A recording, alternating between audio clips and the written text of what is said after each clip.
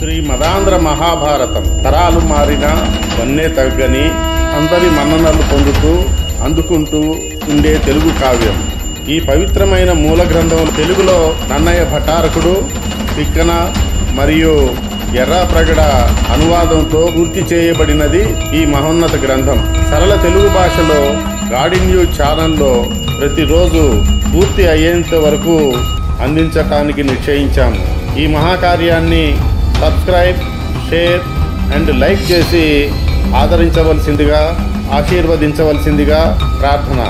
ఇట్లు మీ వడ్డేపల్లి రామకృష్ణ.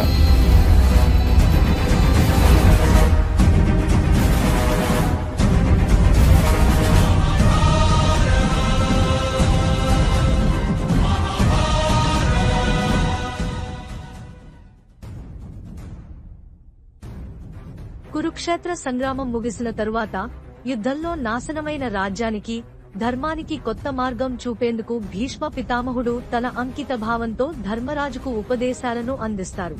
ఈ పర్వంలో రాజధర్మం, ఆపద్ధర్మం, మోక్షధర్మం అనే 3 ప్రధాన భాగాలు ఉన్నాయి. వీటిలో రాజులు పాలన ఎలా చేయాలి, ఆపదలో ధర్మాన్ని ఎలా కాపాడుకోవాలి, మోక్షం పొందేందుకు ఏ మార్గం అనుసరించాలి అనే విషయాలను విశదీకరిస్తారు.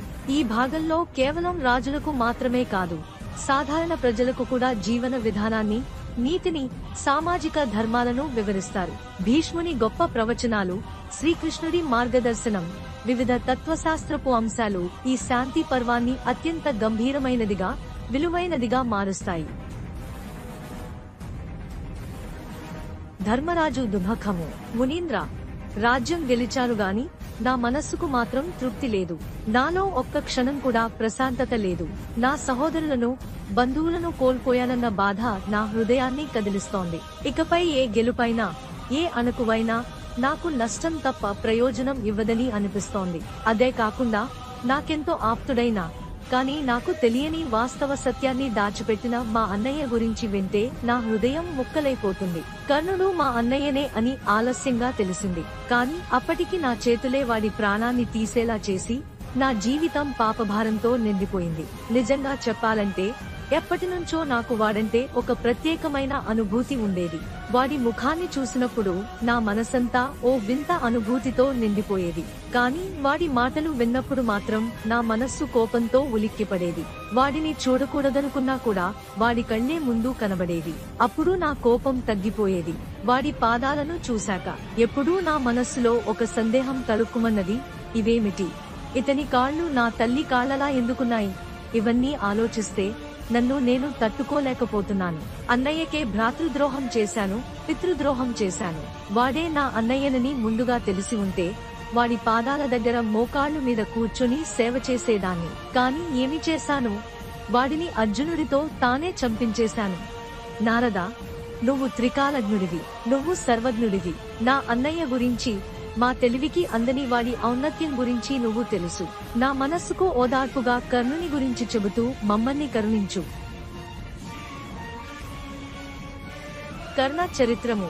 నారదుడు ధర్మరాజుకు కర్ణుని అసలు కథను వివరిస్తూ అతని జననం, బాల్యం, విద్యాభ్యాసం మరియు శాపభాగ్యం గురించి చెప్పసాగాడు.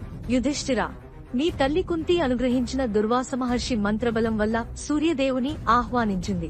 దినకరుడు ఆమెను పరిగ్రహించి అపూర్వమైన బిడ్డను ప్రసాదించాడు.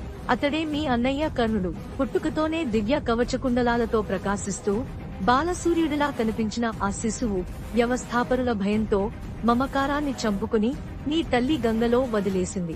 ఆ బిడ్డను హస్తినాపురానికి చెందిన అధిరథుడు దొరికించుకుని వసుషేరుడనే నామకరణం చేసి తనవాడిగా పెంచాడు. అతడు చిన్న వయస్సులోనే అస్త్రవిద్యలో ప్రతిభ కనబర్చాడు. మీ అస్త్రవిద్యా ప్రదర్శనలో అర్జునుని పోటీగా నిలిచి దుర్యోధనుడి మిత్రుడయ్యాడు. ఇక్కడ నీకు ఒక రహస్యం చెబుతాను. ప్రపంచంలో తాను మించిన ధనుర్విద్యా సంపన్నుడు ఉండకూడదని ఆకాంక్షించిన వారు 4: కర్ణుడు, అశ్వత్థామ, ఏకలవ్యుడు మరియు నీ తమ్ముడు అర్జునుడు.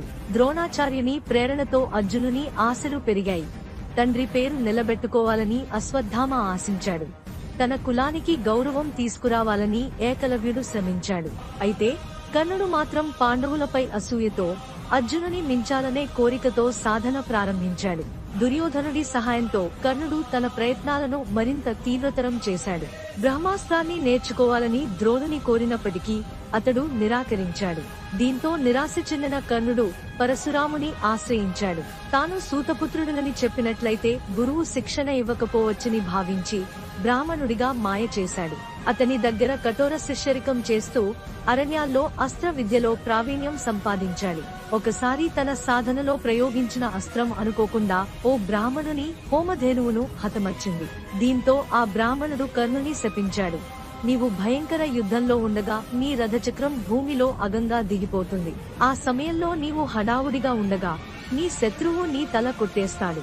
అంతేకాక నీ జీవితంలో ప్రధాన శత్రువుని నీవు గెలవలేవు. ఈ శాపంతో నిరాశ చెందిన కర్ణుడు చేసేదేమీ లేక అంగదేశపు రాజుగా తిరిగి వెళ్లాడు.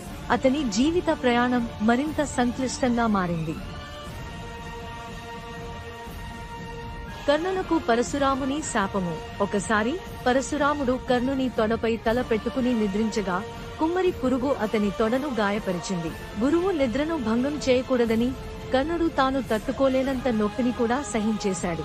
చివరికి రక్తం ప్రవహించి పరశురాముడి వెన్నును తాకింది. కళ్లు తెరిచిన భృగురాముడు జరిగిన సంగతిని గ్రహించి, బ్రాహ్మణుడికి ఇంత సహనశీలత ఉండదు, నువ్వు బ్రాహ్మణుడివి కాదు, నిజం చెప్పు అంటూ నిలదీశాడు.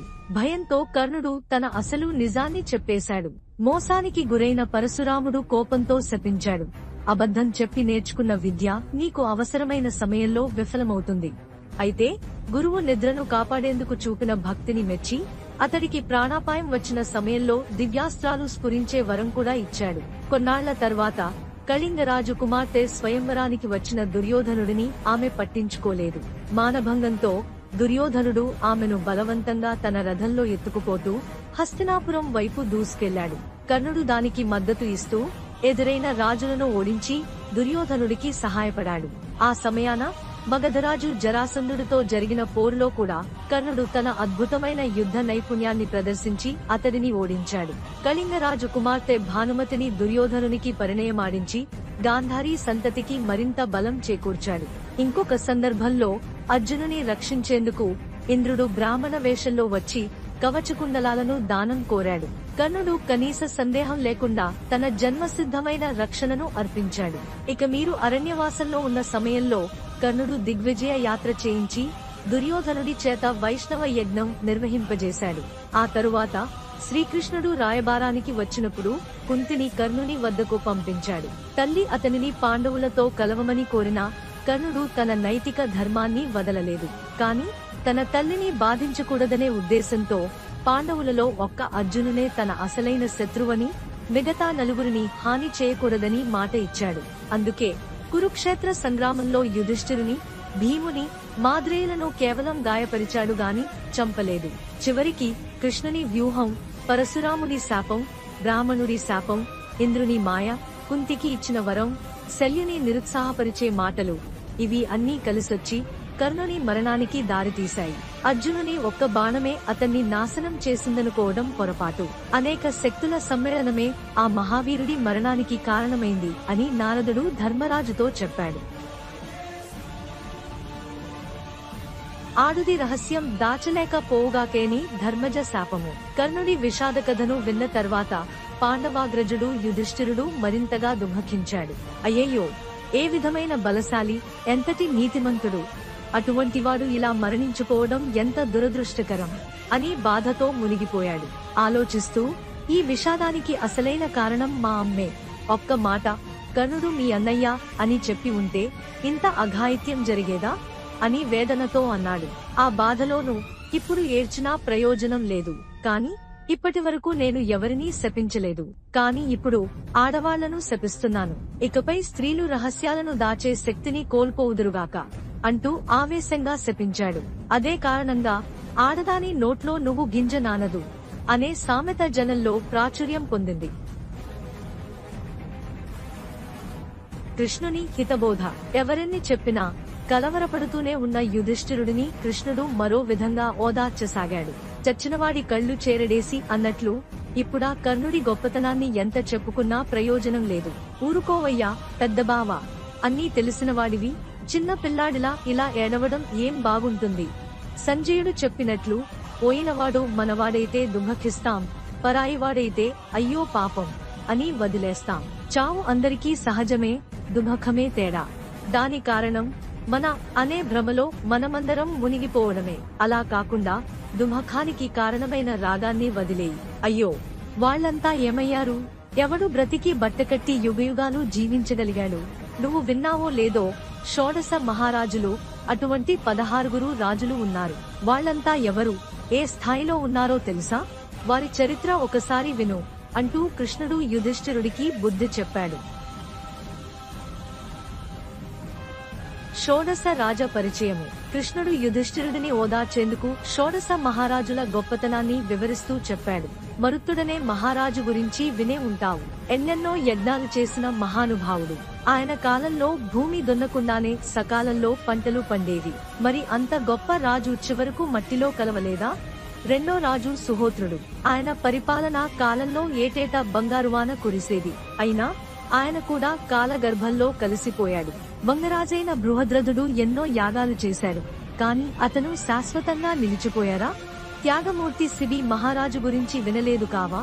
అగ్ని, ఇంద్రుడు పావురం, డేగా రూపంలో పరీక్షించగా పావురానికి అభయం ఇచ్చి తన శరీరాన్ని తక్కువ చేస్తూ మాంసం కట్ చేసుకున్నాడు.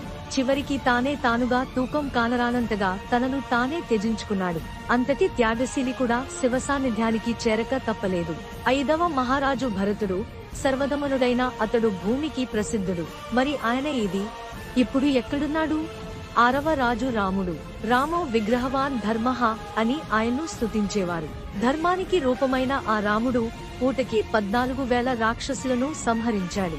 సముద్రంపై వంతెన నిర్మించి 4 రోజుల్లో లంకను వణికించి రావణుడిని సంహరించాడు. కాని చివరకు మిగిలాడా? అంతటి మహాత్ముడు కూడా కాలచక్రానికి లోనయ్యాడు. ఇక్కడితో ఆగు, పోని. ఎండిపోయిన సముద్రాలను నింపి మనకు గంగను ప్రసాదించిన భగీరథుడు, అతను గంగా జలాల్లో కలిసిపోయాడు.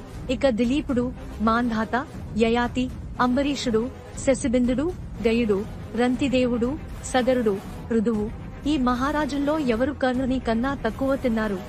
కాని వారంతా ఎక్కడున్నారు? ఇదే సృష్టి ధర్మం. ధర్మరాజా, దుఃఖం వల్ల కర్మచ్యుతి, తద్వారా మోక్షహీనత, అంతిమంగా నరక ప్రాప్తి. అంతకు మించి సంపాదించేదేమీ లేదు. అలా కృష్ణుడు షోడశ మహారాజుల ప్రత్యేకతలను సంగ్రహంగా చెప్పి యుధిష్ఠిరుడిని ఓదార్చాడు. వేదవ్యాసుడు ధర్మజునికి చెప్పిన ధర్మాధర్మములు. తన దగ్గరకు వచ్చిన వేదవ్యాసునికి తగిన మర్యాదలు చేసి ధర్మరాజు ధర్మాధర్మ స్వరూపములను వివరించాలని కోరాడు. వ్యాసుడు ఇలా చెప్పడం ప్రారంభించాడు. ధర్మరాజా, సాధారణంగా శాస్త్రం చెప్పిన పనులు చేయకపోవడం, నిషేధించిన పనులు చేయడం పాపమని పెద్దలు చెబుతారు. ఇది సామాన్యంగా చెప్పిన మాట మాత్రమే. కాని ఇంకొక విశేషం చెబుతాను, విను. ప్రొద్దుపొడిచే వేళల్లోనూ కృంకే వేళల్లోనూ నిద్రపోవడం, యోగ్యుడైన వాడు ఇంటికి వస్తే మర్యాద చేయకపోవడం, పరస్త్రీ సంపర్కం, గురువులకు ఎదురు చెప్పడం, గ్రామాభివృద్ధికి అడ్డుపడడం, వేదాన్ని అమ్ముకోవడం, రసవర్గాలు అమ్మడం, సేవకుల్ని నిరాదరణ చేయడం, సత్య మార్గం విడిచి ప్రవర్తించడం, అడవులు కాల్చడం, స్వకుల వృత్తి మానడం, ఇతర కుల వృత్తులు చేపట్టడం, ఊరికే పశువులను కొట్టడం, బ్రాహ్మణ ధనాలను అపహరించడం, శరణాగతుని రక్షించకపోవడం, బ్రాహ్మణ హత్య, ఇవన్నీ పాపమని అంటారు. అయితే కొన్ని పనులు పాపాల్లా కనిపించినా నిజానికి అవి పాపాలు కావు. ఉదాహరణకు, శత్రువు వేద శాస్త్ర రహస్యాలను తెలిసిన వాడైనా తన మీద కత్తి దూస్తే అతడిని సంహరించడం పాపం కాదు. ప్రాణాపాయ సమయంలో అన్నం నీళ్లు దొరకని కరువు పరిస్థితుల్లో కళ్ళు త్రాగినా పాపం ఉండదు. అన్నగారు భ్రష్టుడైనా, సన్యాసి అయినా తమ్ముడు ముందుగా పెండ్లి చేసుకోవచ్చును, పాపం కాదు. యజ్ఞంలో పశువును బలి ఇచ్చినా, యోగ్యత తెలియకపోయినా దానం ఇచ్చినా, దుష్ట సేవకుణ్ణి పనిలోంచి తొలగించినా అవి పాపకృత్యాలు కావు. పై చెప్పిన పాపాలకు తపస్సు, దాన ధర్మాలు, పుణ్యవ్రతాలు చేస్తే పరిహారం జరుగుతుందని అంటారు. కాని అవి సామాన్యంగా చెప్పే మాటలు మాత్రమే. అసలు పరిహారం కావాలంటే విశేష ప్రాయశ్చిత్తాలు చేయాల్సిందే. ఆ తర్వాత వ్యాస భగవాన్ యుధిష్ఠిరుడికి తత్వోపదేశం ఇచ్చాడు. యుద్ధంలో జరిగిన భీకర సంహారం వల్ల కలిగిన సంతాపం నుండి విముక్తి పొందటానికి మానసిక శాంతి కోసం అశ్వమేధ యాగం చేయాలని సలహా ఇచ్చాడు. వ్యాసుడు, కృష్ణుడు, ఇతర మహాత్ములు హితోపదేశం చేయగా ధర్మరాజు వాటిని వినిపించి తేరుకున్నాడు. తన పరివారంతో కలిసి మెల్లమెల్లగా హస్తినాపురానికి చేరుకున్నాడు. ధర్మజుని హస్తినాపుర ప్రస్థానం. ధర్మరాజు హస్తినాపురం చేరుకుని పౌర జానపద పుర ప్రముఖులకు, రాజోద్యోగులకు, మంత్రి సమూహాలను, దుర్గరక్షకులను అందరినీ శాస్త్ర రీత్యా కలిశాడు. అనంతరం ఒకానొక శుభముహూర్తంలో ధర్మరాజుకు అతిలోక వైభవంగా పట్టాభిషేకం జరిగింది. ధర్మరాజు పట్టాభిషేకం. పురోహితుడైన ధౌమ్యుడు ప్రాగుత్తర దిశవైపు ఏటవాలుగా వేదికను ఏర్పాటు చేసి దానిని వివిధ మంగళ ద్రవ్యాలతో అలంకరించాడు.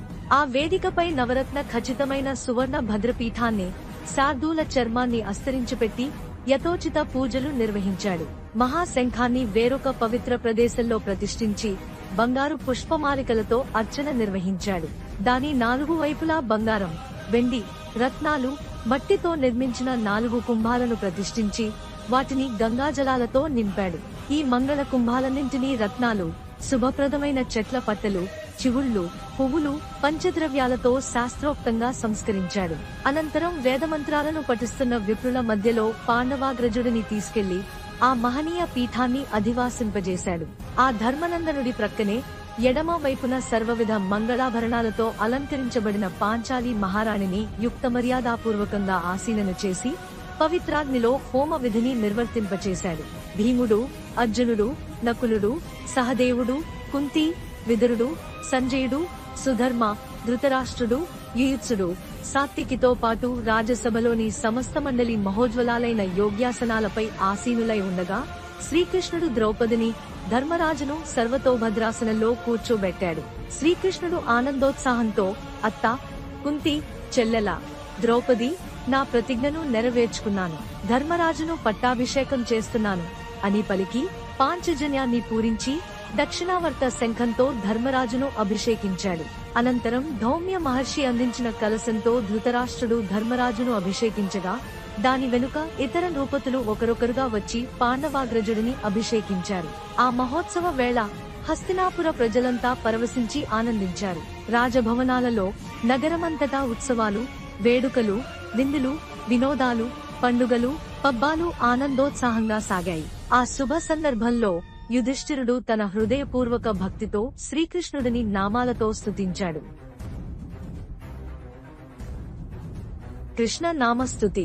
విశ్వకర్మ, విశ్వాత్మ, విష్ణు, జిష్ణు, హరి, కృష్ణ, వైకుంఠ, పురుషోత్తమ, పురాణ, వృష్ణిగర్భ, త్రియుగ, శుచిస్రవ, ఋషికేశ, ఘృతార్చిష్ణు, హంస, త్రిచక్షు, శంభు, విభు, దామోదర, వర, అగ్ని, బృహర్భాను, వృషభ, తారిక్షవాహన, అనీకః, పురుష, సిపివిష్ట, ఉరుక్రమ, వరిష్ట, ఉగ్రసేన, సత్య, వాజసన, గుహ, అచ్యుత, శత్రుంజయ, సత్కృత, వికృత, వృషాకసి, కృష్ణధర్మ, అధీశ్వర, వృషగర్భ, వృషాకృతి, సింధు, విధూర్మి, త్రికకుబ్ధామ, త్రివృత్త, సమ్రాట్, విరాట్, స్వరాట్, స్వారాట్, భూతమయ, భావ, విభూ, భూహ, అతిభూహ, కృష్ణవర్మ, స్విష్టకృత్, బిషజావృత, కపిల, వామన, యజ్ఞ, ధ్రువ, పతంగ, జయసేన, శిఖండి, నహుష, బభ్రు, దివిస్పక్, పునర్వసు, సుబభ్రు, రుక్మియజ్ఞ, సుషేణ, దుందుభి, గభస్తనేమి, శ్రీవత్స, పుష్కరాక్ష, మహాసన, పృభు, విభు, సర్వసూక్ష్మ, ధరిత్రి, అంభోనిధి, బ్రహ్మ, పవిత్ర, పవిత్రధామ, ధర్మవిద, హిరణ్యగర్భ, స్వధ, స్వాహ, కేశవ, విశ్వయోగి, శంఖచక్ర గదాధార పాణి, పద్మాక్ష, యదుశ్రేష్ఠ, ప్రభు, జ్యోతిర్మయ, నిరంజన, నిరామయ, హరే, శ్రీకృష్ణ నమో నమః. పదవి గౌరవ వితరణము. ధర్మరాజు చేసిన నామ స్తోత్రానికి శ్రీకృష్ణుడు ఎంతో ఆనందించాడు. అనంతరం పాండవాగ్రజుడు భీముడిని యువరాజుగా ప్రకటించాడు. రాజ్యకార్య నిర్వహణ, సంధి విగ్రహాది సమాలోచనలకు విదురులను నియమించగా కర్తవ్య వ్యవహారాలు, ఆదాయ వ్యయాల పరిపాలన బాధ్యతలను సంజీవుడికి అప్పగించాడు. సేవా పర్యవేక్షణ, కర్మకలాప ఆచరణ, వృత్తిల సేవా ప్రతిష్ఠ వంటి ప్రధాన బాధ్యతలను నకులుడికి అప్పగించాడు.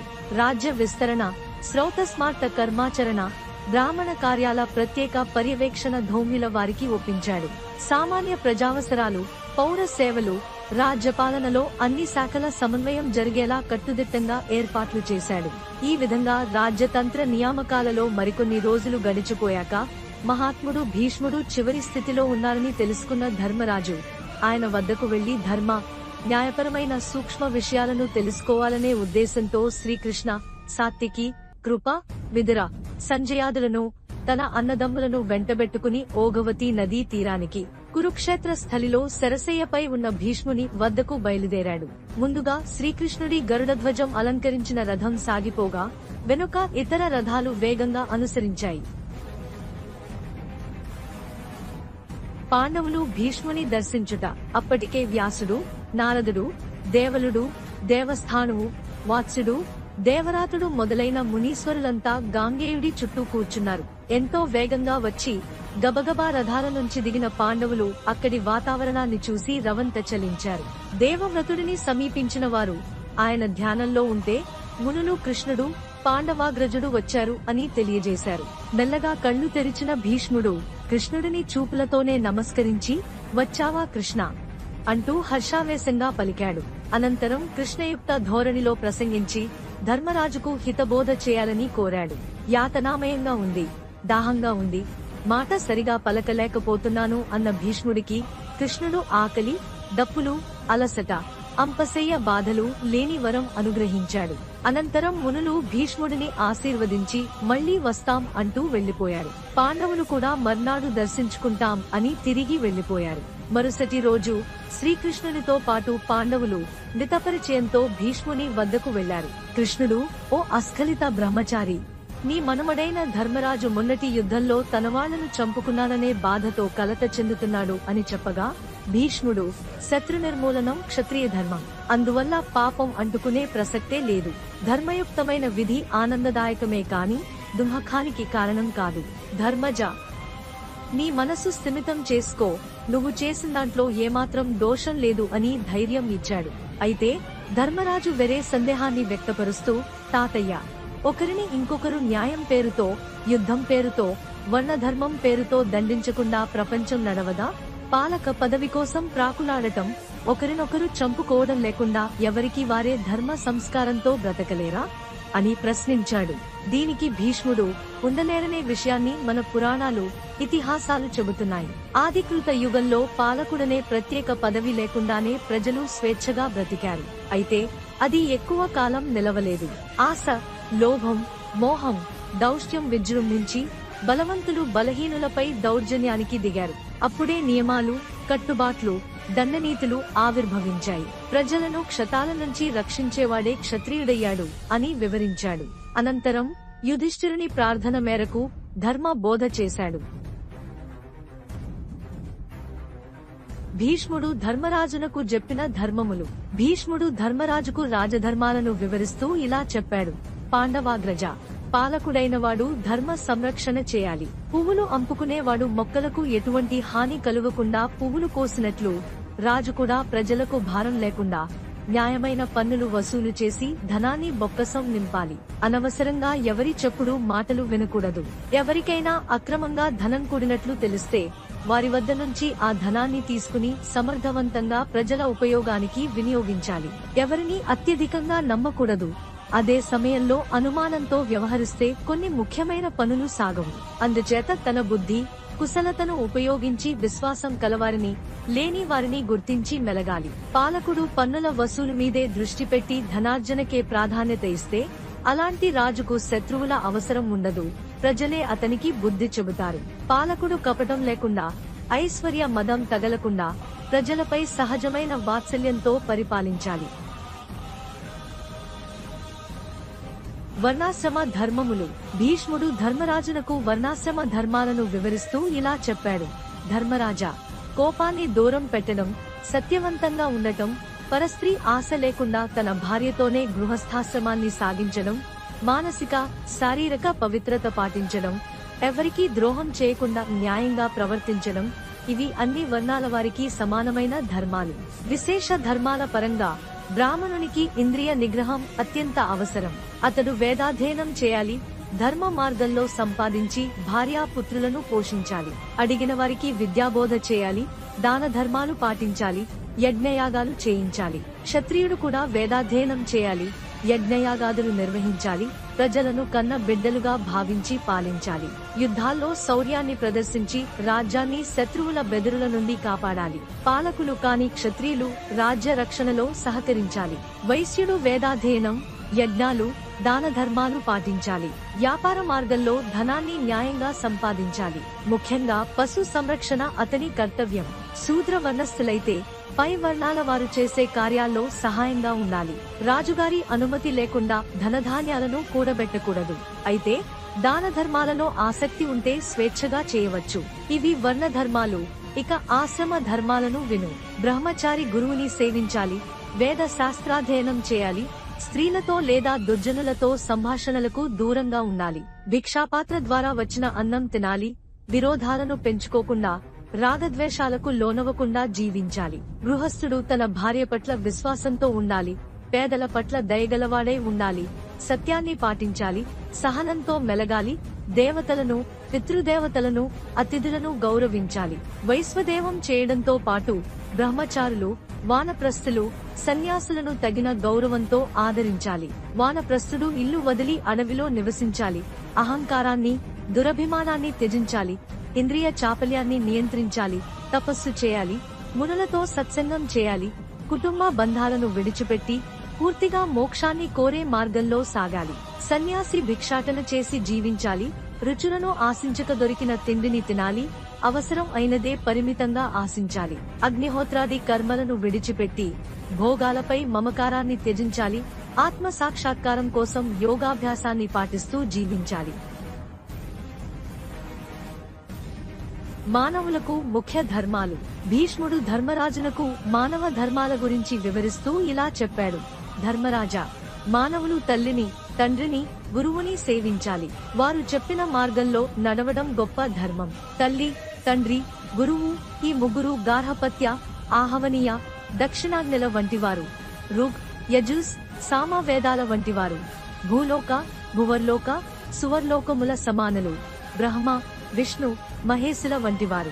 వీరిలో తల్లి గౌరవంలో అగ్రస్థానం పొందుతుంది. మాతృభక్తుడు దేవ మానవ లోకాలలో పూజలందుకుంటాడు. తండ్రి భక్తుడు కూడా అటువే గౌరవం పొందుతాడు. గురుసేవను చేసి పరబ్రహ్మ సాక్షాత్కారం పొందినవాడు బ్రహ్మానంద పదవిని పొందుతాడు. ధర్మ సూక్ష్మాలను గురించి విను. సత్యం పలకడం అన్ని ధర్మాలలోకి ఉత్తమం. అసత్యం మహాపాపం. అయితే సత్యం చెప్పడం వల్ల నష్టమొచ్చే పరిస్థితుల్లో, ముఖ్యంగా పాపాత్ములు ఇతరుల ధన ప్రాణాలను హరిస్తున్నప్పుడు అబద్ధం చెప్పి అయినా వారిని శిక్షించడం ధర్మమే అవుతుంది. జీవకోటికి మేలు కలిగించే అసత్యాలన్నీ ధర్మమే.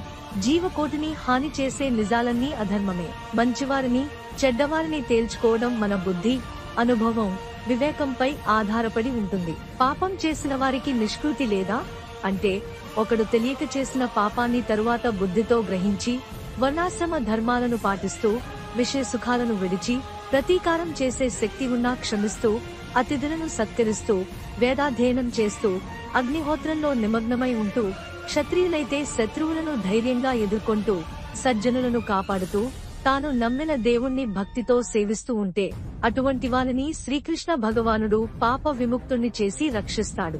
ధర్మసారం ఏమిటంటే మన మనస్సుకు బాధ కలిగించే పనులను ఇతరుల పట్ల చేయకూడదు. ఇదే ధర్మాలలోకెల్లా అత్యుత్తమమైన ధర్మం. శాస్త్రాలు చెప్పిన ఆచారాలను పాటించడం ద్వారా మానవుడికి ఉత్తమగతి లభిస్తుంది. ఆచారవంతులను సత్పురుషులంటారు, దురాచారులను దుర్జనులంటారు. కావున ఆచార విధులను తెలుసుకోవడం అవసరం. అవసరమైన ఆచారాలు విను. రాజమార్గాల్లో, రచ్చబండల దగ్గర మలమూత్ర విసర్జన చేయకూడదు. తెల్లవారు జామున బ్రహ్మ ముహూర్తంలో లేచి నదీ స్నానం చేయాలి. త్రికాణ సంధ్యను ఆచరించి సూర్యుని ఆరాధించాలి. సూర్యోదయం, అస్తమయం సమయాల్లో నిద్రపోవద్దు. రోజూ దేవయజ్ఞం, పితృయజ్ఞం, భూతయజ్ఞం, మనుష్యయజ్ఞం, బ్రహ్మయజ్ఞం చేసిన తర్వాతే భోజనం చేయాలి. అన్నం పరబ్రహ్మ స్వరూపమైనందున దానిని ఎప్పుడూ నిందించకూడదు. తడి కాళ్లతో నిద్రించకూడదు. సూర్యుడు ఉదయిస్తున్నప్పుడు లేదా అస్తమిస్తున్నప్పుడు చూడకూడదు. అన్య స్త్రీని చూడకూడదు. నగ్నంగా ఉన్న స్త్రీని చూడకూడదు. తాను విడిచిన మలాన్ని తిరిగి చూడకూడదు. ధర్మపత్నితో సంభోగాన్ని రహస్యంగా నిర్వహించాలి. తల్లిదండ్రులను, గురువులను సేవించాలి. దేవతలను, బ్రాహ్మణులను పూజిస్తూ ఉండాలి. ఈ విధంగా ఆచారాన్ని పాటించే వారికి ఆయురారోగ్య ఐశ్వర్యాలు సమకూరతాయి. అంతేకాదు మోక్ష సాధన కూడా సులభమవుతుంది. ఇంద్రమాంధాతృ సంవాదము. అమర నదీ కుమారుడు ధర్మరాజును సాంత్వనపరుస్తూ ఇలా చెప్పాడు: ధర్మరాజా, నువ్వే కాదు, అనేక రాజులు రాచరికం వల్ల కలిగిన గ్లానిలో ఉత్తర దిక్కుకు వెళ్లాలనే వాంఛ కలిగారు. కాని అలాంటి నిర్ణయాన్ని హర్షించిన ఉదాహరణలు లేవు. ఒకప్పుడు మాంధాత అనే రాజు విష్ణు దర్శనం కోసం దీక్షబట్టి ఎడతెగని ఆరాధన చేశాడు. ఆ భక్తికి మెచ్చిన దేవేంద్రుడు అతని ముందు ప్రత్యక్షమై, నాకు, బ్రహ్మకు కూడా ఎవరి దర్శనం అసాధ్యమవుతోందో అటువంటి శ్రీహరి దర్శనానికి ఎందుకిలా అవస్థపడతావు? నీ కోరికేమిటో చెప్పు, నేను తీరుస్తాను అని అడిగాడు. అందుకు మాంధాత, సురపతి, నాకీ రాచరికం లేకుండా భక్షుక వృత్తితోనో ఉంచ వృత్తితోనో నిరామయంగా జీవించే అవకాశం కల్పించు అని కోరాడు. అయితే ఇంద్రుడు అంగీకరించలేదు. క్షత్రియునిగా, ముఖ్యంగా రాజుగా ఉండడమే గొప్ప విషయం. అత్యుత్తమమైన అవకాశాన్ని వదులుకోవాలనుకోవడం సరైంది కాదు అని హితవు చెప్పాడు. అంతేకాదు అక్కడ ఉన్న ఇతర రాజుల చేత కూడా మాంధాతకు హితబోధ చేయించి మళ్లీ రాచరికం వైపుకు మళ్లించాడు. యుధిష్ఠిరా, ఆ హితవును దృష్టిలో పెట్టుకో అని గగనధుని నందనుడు ఉపదేశించాడు. కాలక వృక్షీయ క్షేమదర్శుల కథ. తాతగారు చెప్పిన హితవులు తలకెక్కుతున్న కొద్దీ ధర్మరాజు మరింత దుమఖ వ్యసనంతో తన ధర్మ సందేహాలను భీష్ముడిని అడగసాగాడు. రాజు ఎటువంటి వాడిని నమ్మాలి అని ప్రశ్నించగా భీష్ముడు అసలు ఎవర్నీ నమ్మకూడదు అని సమాధానమిచ్చాడు. అయితేనేం, నమ్మినట్లే ఉండడంలోనే నిజమైన నాయకుడి సామర్థ్యం తెలుస్తుంది అని వివరించాడు. భీష్ముడు గతంలో జరిగిన ఓ కథను చెబుతూ క్షేమదర్శి అనే రాజు నమ్మక ద్రోహుల వల్ల విపత్తులు వస్తున్నాయని అర్థం చేసుకోలేక అలమటించిన ఉదంతాన్ని వివరించాడు.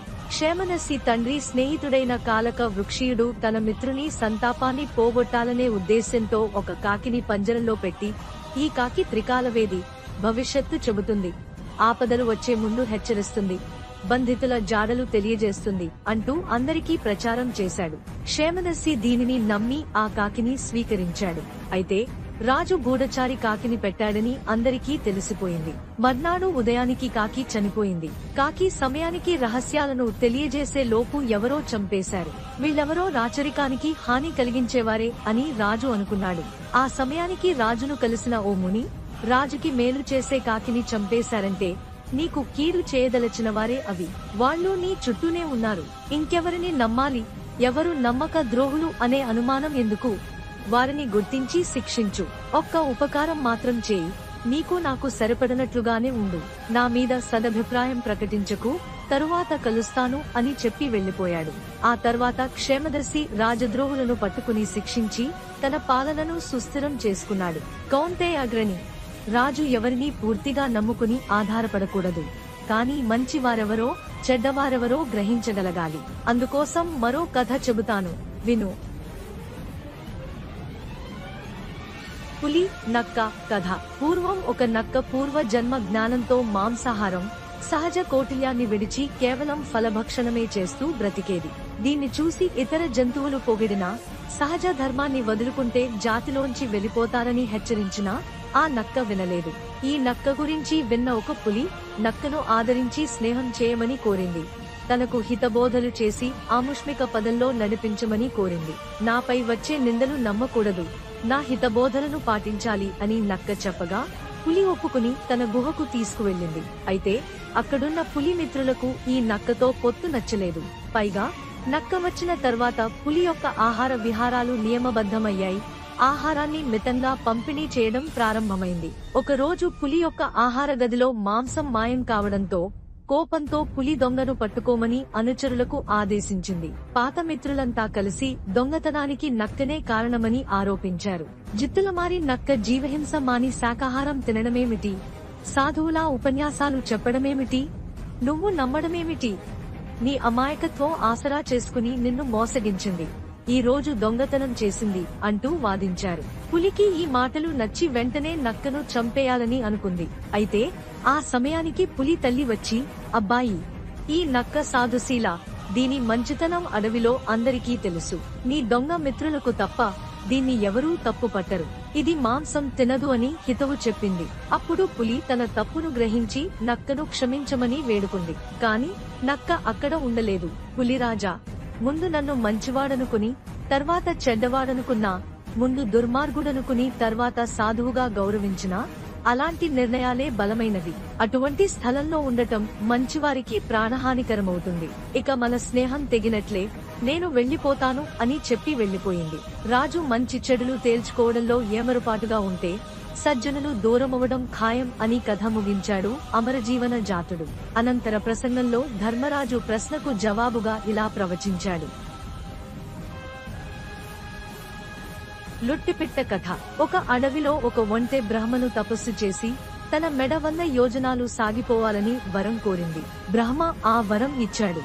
దాంతో దానికి ఇతరుల సహాయ సంపత్తి అవసరం లేదనే అహం కలిగి తిరగసాగింది. కాని మెడ బరువు కారణంగా రోజురోజుకి అలసట పెరిగింది. ఓ రోజున అది మెడ రెక్కించి మేత మేస్తూ ఉండగా హఠాత్తుగా గాలి, వాన వచ్చాయి.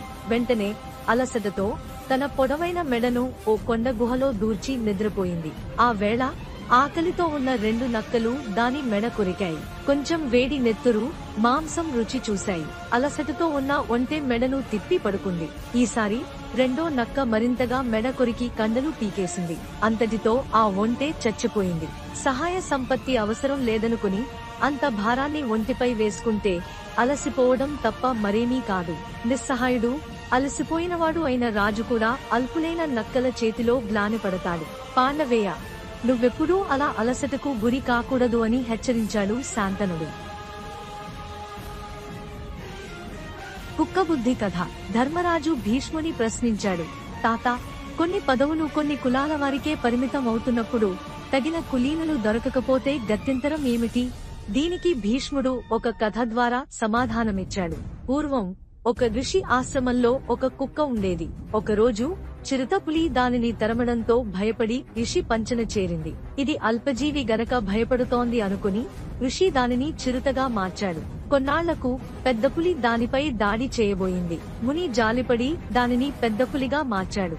ఆ తర్వాత ఏ జంతువు ఎదురైనా భయపడి వచ్చేదాని ఋషి దానిని అదే జంతువుగా మార్చేవాడు. చివరకు కుక్క శరభంగా మారింది. అప్పుడు ఆ శరభానికో సందేహం కలిగింది. రేపు నేను ఏదైనా కుక్కను భయపెడితే తాపసి దానిని కూడా శరభంగా మార్చేయొచ్చు. అలాంటి శక్తి కలవారు ఉంటే నా లాంటి వాళ్లకు అడ్డు వస్తారు అని ఆలోచించి ఋషిని చంపేయాలని అనుకుంది. కాని పరమానసాలు చదవగల తాపసి దాని మనసు తెలుసుకుని వెంటనే కుక్కగా మార్చి ఆశ్రమం నుంచి తరిమివేశాడు. ఈ కథ ద్వారా భీష్ముడు హితవు పలికాడు. అల్పబుద్ధులు హద్దు మీరనివ్వకూడదు. కుంతి కుమార, కర్తవ్య నిర్వహణ, కర్తవ్య నిర్ణయం అత్యంత ప్రధానమైనవి. ఈ కర్తవ్యతా విధానం 3 రకాలు. వాటికి ప్రతీకలైన 3 చేపల కథ చెబుతాను, విను. 3 చేపల కథ. ఒక చెరువులో దీర్ఘదర్శి, ప్రాప్తకాలజ్ఞుడు, దీర్ఘసూత్రుడు అనే 3 చేపలు ఉండేవి. ఎండల కాలం రాగా దీర్ఘదర్శి మిగతా రెండింటిని పిలిచి, చెరువు ఎండిపోతోంది, నీరు ఆవిరి కావడానికి ముందే మరో చోటికి వెళ్లాలి అని చెప్పింది. అయితే మిగతా చేపలు నవ్వుతూ, ఇప్పుడే ఆందోళన ఎందుకు, ఎండలు ముదిరాక చూద్దాం అని నిర్లక్ష్యం చేశాయి. దీర్ఘదర్శి వాటితో వాదించకుండా ముందే వెళ్లిపోయింది. తర్వాత ఎండల తీవ్రత పెరిగి నీరు తగ్గిపోయింది. జాలరులు వచ్చి వలలు వేశారు.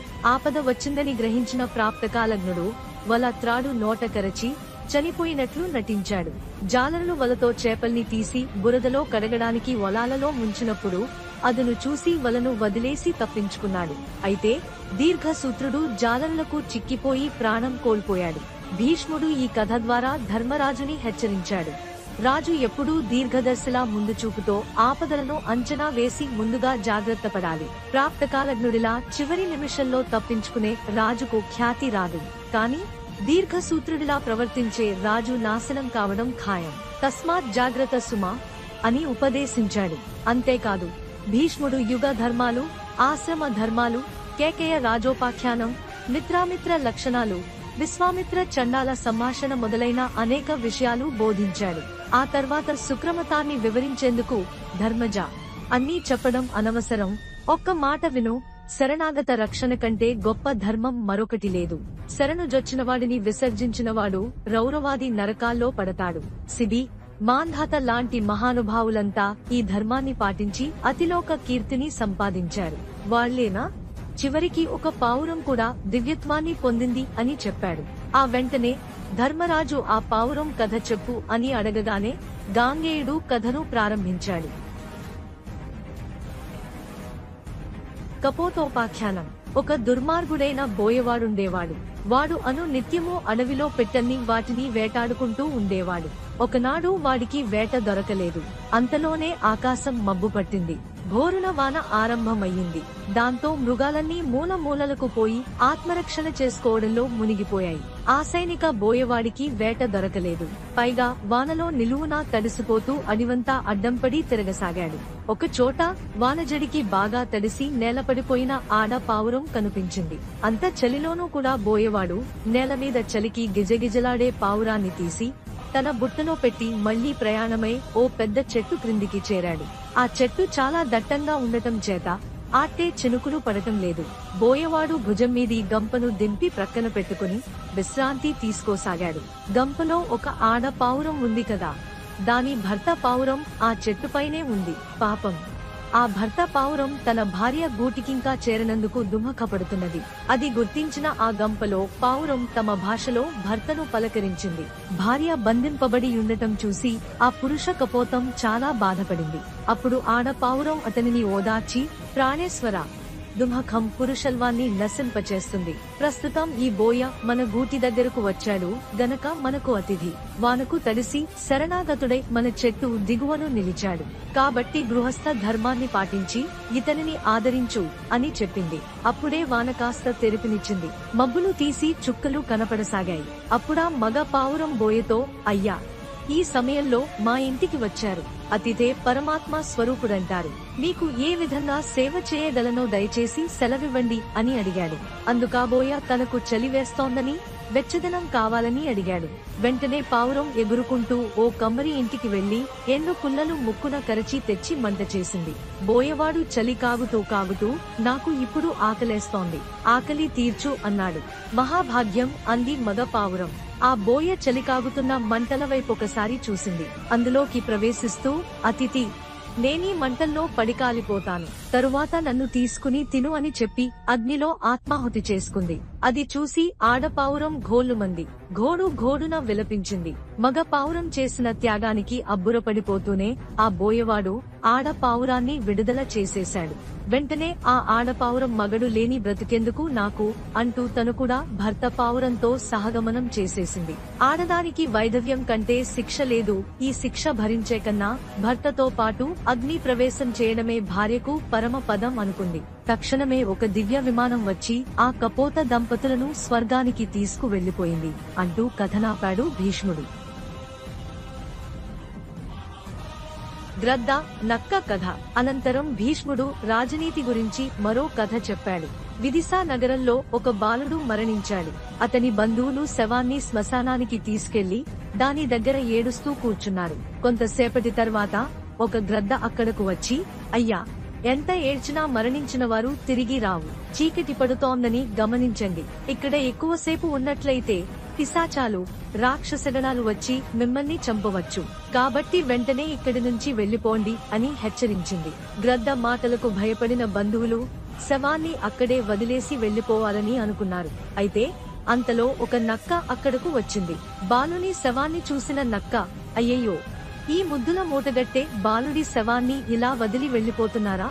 ఇంకా వెలుతురు ఉంది, కాసేపు ఇక్కడే ఉండి ఏడిస్తే ఏదైనా దేవత కరుణించి ఈ బాలుడికి ప్రాణం పోయకపోదు అని అంది. నక్క మాటలు విన్న బంధువులు తమ కుమారుడు తిరిగి బ్రతుకుతాడేమోనని ఆశతో మళ్లీ అక్కడే కూర్చుని ఏడవసాగారు. దీనిని గమనించిన గ్రద్ద నవ్వుతూ, చచ్చినవారు తిరిగి బ్రతికిన సంఘటనను ఎప్పుడైనా విన్నారా? కన్నారా? ఆ నక్క మాయ మాటలు నమ్మకండి. మీ ఇంటికి వెళ్లి బాలుడి ఉత్తమ గతుల కోసం దాన ధర్మాలు చేయండి అని చెప్పింది. ఆ మాటలకు ఆకర్షితులైన బంధువులు వెళ్లిపోవడానికి సిద్ధమయ్యారు. అయితే నక్క వారిని అడ్డుకుంది, మరలా అక్కడే ఉండమంది. ఇక గ్రద్ద మాత్రం వారిని తొందరగా వెళ్లిపొమ్మంది. ఈ కథను ముగించుతూ భీష్ముడు ధర్మరాజును ప్రశ్నించాడు, హస్తినాపురపు పట్టపు రాజా, గ్రద్ద, నక్కలలో నిజమైన సత్యం చెప్పింది ఎవరో చెప్పగలవా? అయితే ధర్మరాజు మౌనం వహించాడు. ఆ సందర్భంలో భీష్ముడు నవ్వుతూ ఇలా అన్నాడు, నిజమైన సమాధానం చెప్పలేవు. ఎందుకంటే గ్రద్ద, నక్క రెండూ స్వార్థపూరితంగా మాట్లాడాయి. చీకటి పడిన తర్వాత గ్రద్ద శవాన్ని తినలేదు. ఎందుకంటే అది అంధకారంలో సంచరించదు. అందుకే అది బంధువులను పంపించేసి శవాన్ని ముందే తినే యత్నం చేసింది. మరొక వైపు నక్క రాత్రి సమయంలో సంచరించే జీవి. గ్రద్ద అక్కడ ఉంటే తాను శవానికి దగ్గరగా వెళ్లలేదు. కాబట్టి చీకటి పడే వరకు బంధువులను అక్కడే ఉండమని నక్క చెప్పింది. తద్వారా గ్రద్ద విసిగి అక్కడి నుంచి వెళ్లిపోగానే తాను ఆ శవాన్ని తినగలుగుతుందని భావించింది. ఈ కథ ద్వారా భీష్ముడు రాజుల చుట్టూ ఉండే కపటబుద్ధులను గుర్తించడానికి, వారి మాటల వెనుకనున్న స్వార్థాన్ని అవగాహన చేసుకోవడానికి ఎంతో జాగ్రత్త అవసరమని సూచించాడు. లేకపోతే రాజు తప్పక నష్టపోవాల్సిందే అని తెలిపాడు. ఆ కథ వినిపిస్తున్న భీష్ముని మాటలు ఆసక్తిగా వింటూ నకులుడు వెంటనే మరో ప్రశ్న అడిగాడు, తాతయ్య, అన్ని ఆయుధాలలోనూ విల్లు అత్యుత్తమమని అంటారు. అయితే నాకు మాత్రం కత్తే గొప్పదనిపిస్తుంది. ఈ కత్తి ఎలా ఆవిర్భవించిందో చెప్పవా? కత్తి కథ 4. మనుమడు నకులుడు అడిగిన ప్రశ్నను విని భీష్ముడు ఆనందించాడు. నకులా, నా తండ్రి, చాలా చక్కటి ప్రశ్న వేశావు. విను, నేను చెబుతాను అంటూ కథను ప్రారంభించాడు. సృష్టికి పూర్వం లోకం మొత్తం జలమయం అయి ఉండేది. ఆ నీటి మధ్యలో బ్రహ్మ పుట్టాడు. ఆయన సృష్టిని ప్రారంభించాడు. కాలక్రమేణా సృష్టి పెరిగే కొద్దీ రాక్షసుల వేధింపులు కూడా పెరిగాయి. ఆ రాక్షస బాధను నివారించేందుకు బ్రహ్మ ఒక యజ్ఞం చేశాడు. ఆ యజ్ఞం ఫలితంగా ఒక దేవభూతం ఉద్భవించింది. దానికి అసి అనే పేరు పెట్టారు. బ్రహ్మ ఆ భూతాన్ని లోహరూపంలోకి మారుస్తూ దానిని దేవతలకు అందజేశాడు. దేవతలు దాన్ని తీసుకుని మహాదేవుడికి ఇచ్చారు. శివుడు ఆ ఆయుధాన్ని ధరించి శత్రువులను సంహరించాడు. ఆ తరువాత శివుని నుంచి అది ఋషులకు వెళ్ళింది. ఋషుల నుండి ఇంద్రునికి చేరింది. అటుపై ఇంద్రుడు దాన్ని లోకపాలకులకు అందజేశాడు.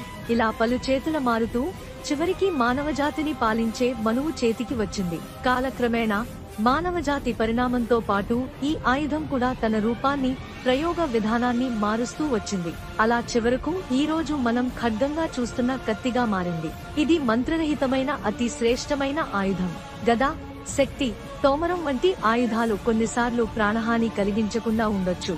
కానీ ఖడ్గం మాత్రం ఖచ్చితంగా ప్రాణహాని కలిగించే ఆయుధంగా పేరొందింది. అందువల్ల అన్ని ఆయుధాల కన్నా కత్తి గొప్పదనిపించబడింది అని భీష్ముడు వివరించాడు. భీష్ముని మాటలు విన్న నకులుడు ఆనందంతో మెరిపించాడు. మార్జాల మూషిక సంవాదము. ధర్మరాజు భీష్ముడిని ప్రశ్నించాడు, తాత, చాలా మంది శత్రువుల మధ్య ఉన్న బలహీనుడు ఎలా ఆపదలు తప్పించుకుంటాడు అని. దీనికి భీష్ముడు చిరునవ్వుతో, ధర్మనందన, నీ సందేహం నివృత్తి కోసం మూషిక మార్జాల వృత్తాంతం చెబుతాను, విను అంటూ కథను ప్రారంభించాడు. ఒక అడవిలో ఓ మజ్జి చెట్టు ఉండేది. ఆ చెట్టు మీద రోమసుడనే పిల్లి నివసించేది. క్రింద ఉన్న కన్నంలో పలితుడనే ఎలుక ఉండేది. ఆ ప్రాంతంలో ఒక బోయవాడు ప్రతిరోజూ వేటకు వెళ్లి చెట్టు దగ్గర వల వేస్తూ అందులో చిక్కిన జంతువులను మరునాడు తీసుకెళ్లేవాడు. ఒక రోజు సాయంత్రం ఆహారం కోసం తిరుగుతున్న పిల్లి అనుకోకుండా బోయవాడు వేసిన వలలో చిక్కుకుంది. అటువైపు ఎలుక పిల్లి చిక్కుకున్న దృశ్యాన్ని చూసి భయాన్ని వదిలేసి స్వేచ్ఛగా తిరుగుతోంది. కాని ఆ సమయంలో చంద్రకుడనే గుడ్లగూబ, హతికుడనే ముంగిస దానిని వేటాడేందుకు వచ్చాయి. ఇది గమనించిన ఎలుక వాటి నుంచి తప్పించుకునేందుకు ఒక ఉపాయం ఆలోచించింది. తన ప్రాణరక్షణ కోసం పిల్లితో స్నేహం చేసేందుకు ప్రయత్నిస్తూ, పిల్లి, నిన్ను వలలో నుంచి విడిపిస్తాను. ఇది నా అదృష్టం. నీతో స్నేహం చేస్తే నాకు ముంగిస, గూబల నుంచి రక్షణ లభిస్తుంది అని అంది. పిల్లి వెంటనే అంగీకరించి, నీ ప్రాణ రక్షణ కోసం నన్ను విడిపించాలనుకుంటున్నావు. నేను నీకు సహాయం చేస్తాను. నా దగ్గర ఉండు. నన్ను చూసి ముంగిస, గూబ భయపడి పారిపోతాయి అంది. ఎలుక పిల్లి ఒడిలోకి వెళ్లడంతో గుడ్లగూబ, ముంగిస నిరాశగా వెళ్లిపోయాయి. అయితే ఎలుక వెంటనే వల త్రాళ్లను కొరకకుండా కాలయాపన చేస్తోంది. ఇది గమనించిన పిల్లి, నీ ప్రాణం దక్కింది కదా, వెంటనే వలను కొరికి నన్ను విడిపించు అని వేడుకుంది. కాని ఎలుక బుద్ధిమంతంగా వెంటనే నిన్ను విడిపించలేను. సమయం చూసి చేస్తాను. బోయవాడు వస్తున్నప్పుడు విడిపిస్తే నువ్వు చెట్టెక్కిపోతావు. నేను నా కన్నంలోకి దూరిపోతాను. నిన్ను ఇప్పుడే విడిపిస్తే నన్ను ఏమి చేస్తావో నాకు తెలుసు అంది. ఇలా వాళ్ళు వాదించుకుంటుండగా తెల్లవారింది. బోయవాడు తన వేటగాళ్లతో వచ్చాడు. పిల్లి భయంతో వణికిపోతూ ఉండగా ఎలుక సమయం చూసి చాకచక్యంగా వల త్రాళ్లను కొరికి విడిపించింది. పిల్లి వెంటనే చెట్టెక్కిపోయింది. ఎలుక తన కన్నంలోకి దూరిపోయింది. బోయవాడు వల పాడైనందుకు బాధపడుతూ అక్కడి నుంచి వెళ్లిపోయాడు. కొద్దిసేపటి తర్వాత పిల్లి ఎలుక దగ్గరకు వచ్చి, మిత్రమా, నువ్వు నాకు మేలు చేశావు. మంచి మిత్రుడిని సంపాదించుకున్నా దూరంగా ఉండడం నీతిమంతుల పని కాదు.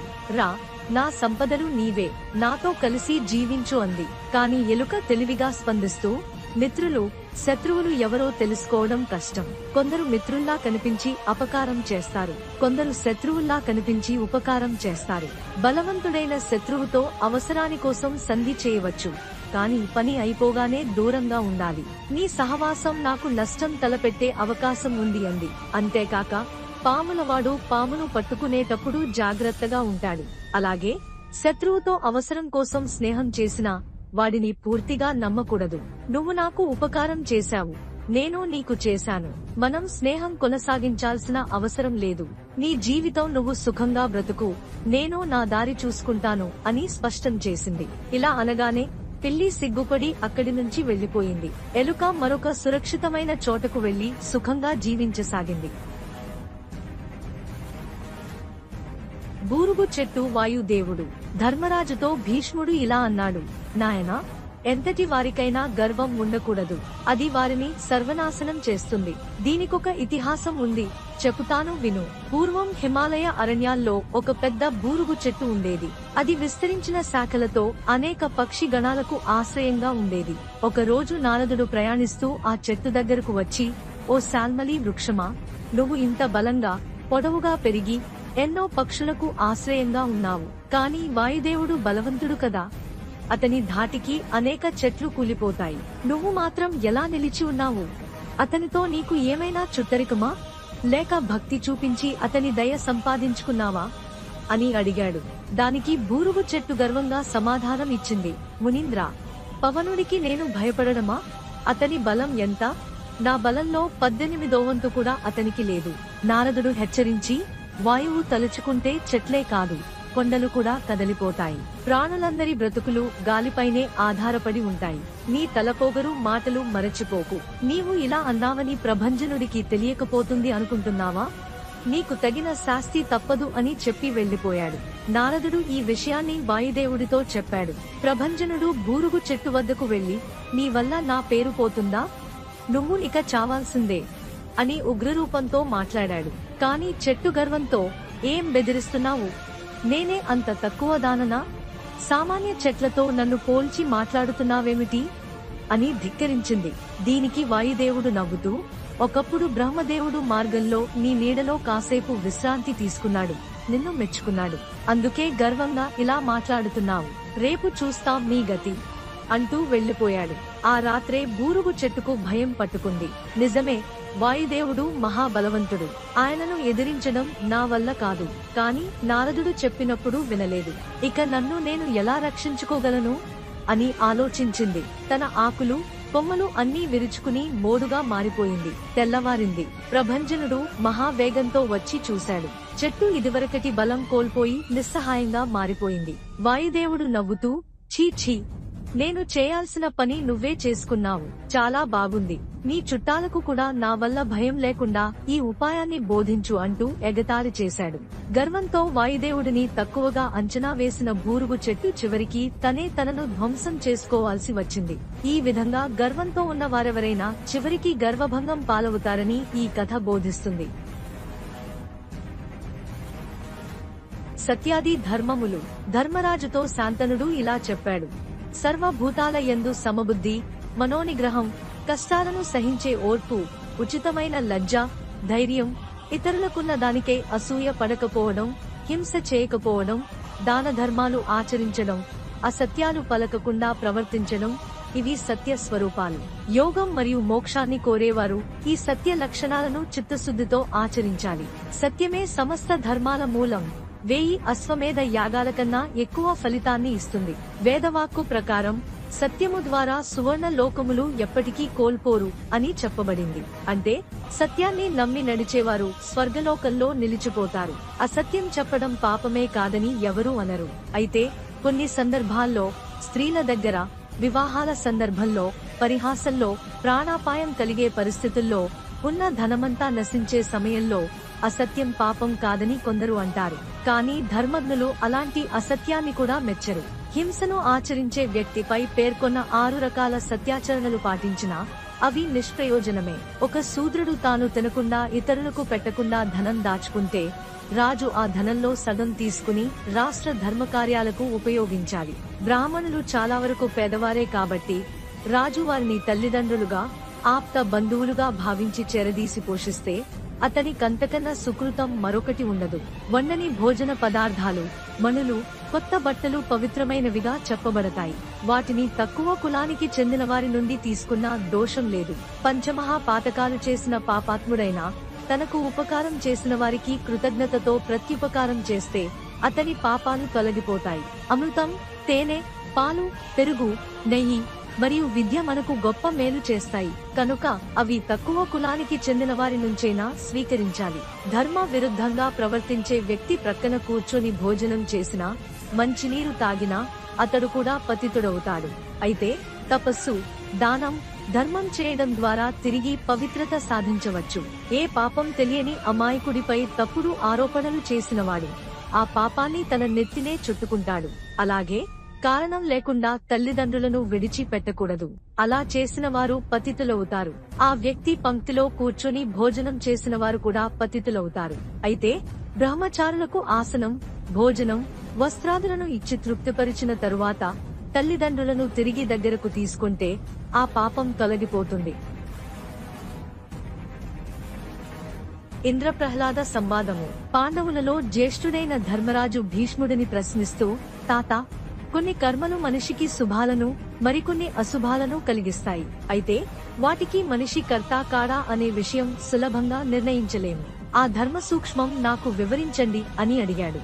దీనికి భీష్ముడు సమాధానమిస్తూ, ఒకప్పుడు ఇంద్రుడు, ప్రహ్లాదుని మధ్య జరిగిన సంభాషణను చెబుతాను విను. ఒకసారి దేవదానవ యుద్ధంలో ప్రహ్లాదుడు ఓడిపోయాడు. అయితే అతను విచారించకుండా వనంలో ఏకాంతంగా నారాయణ జపం చేస్తూ కూర్చున్నాడు.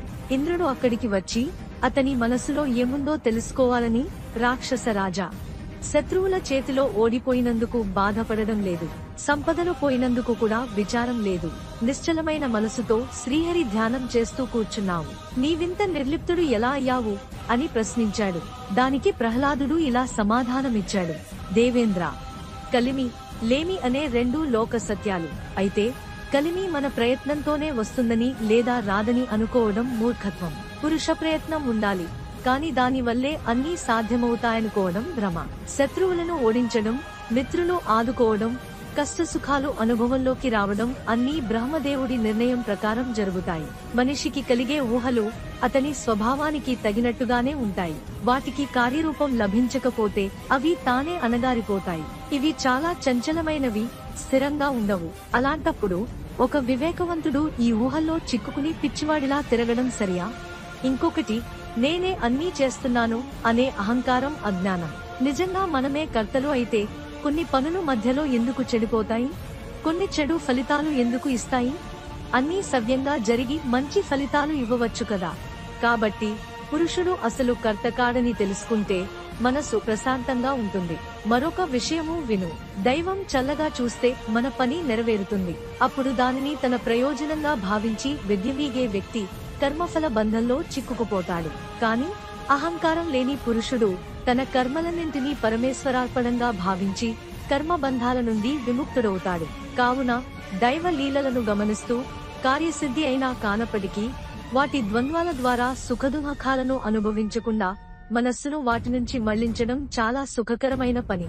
నేను ప్రాణులు శాశ్వతమైనవి కావని గ్రహించి ఈ సంసార బంధాల నుంచి విముక్తిని కోరుతూ భగవద్ధ్యానంతో ఆనందిస్తున్నాను.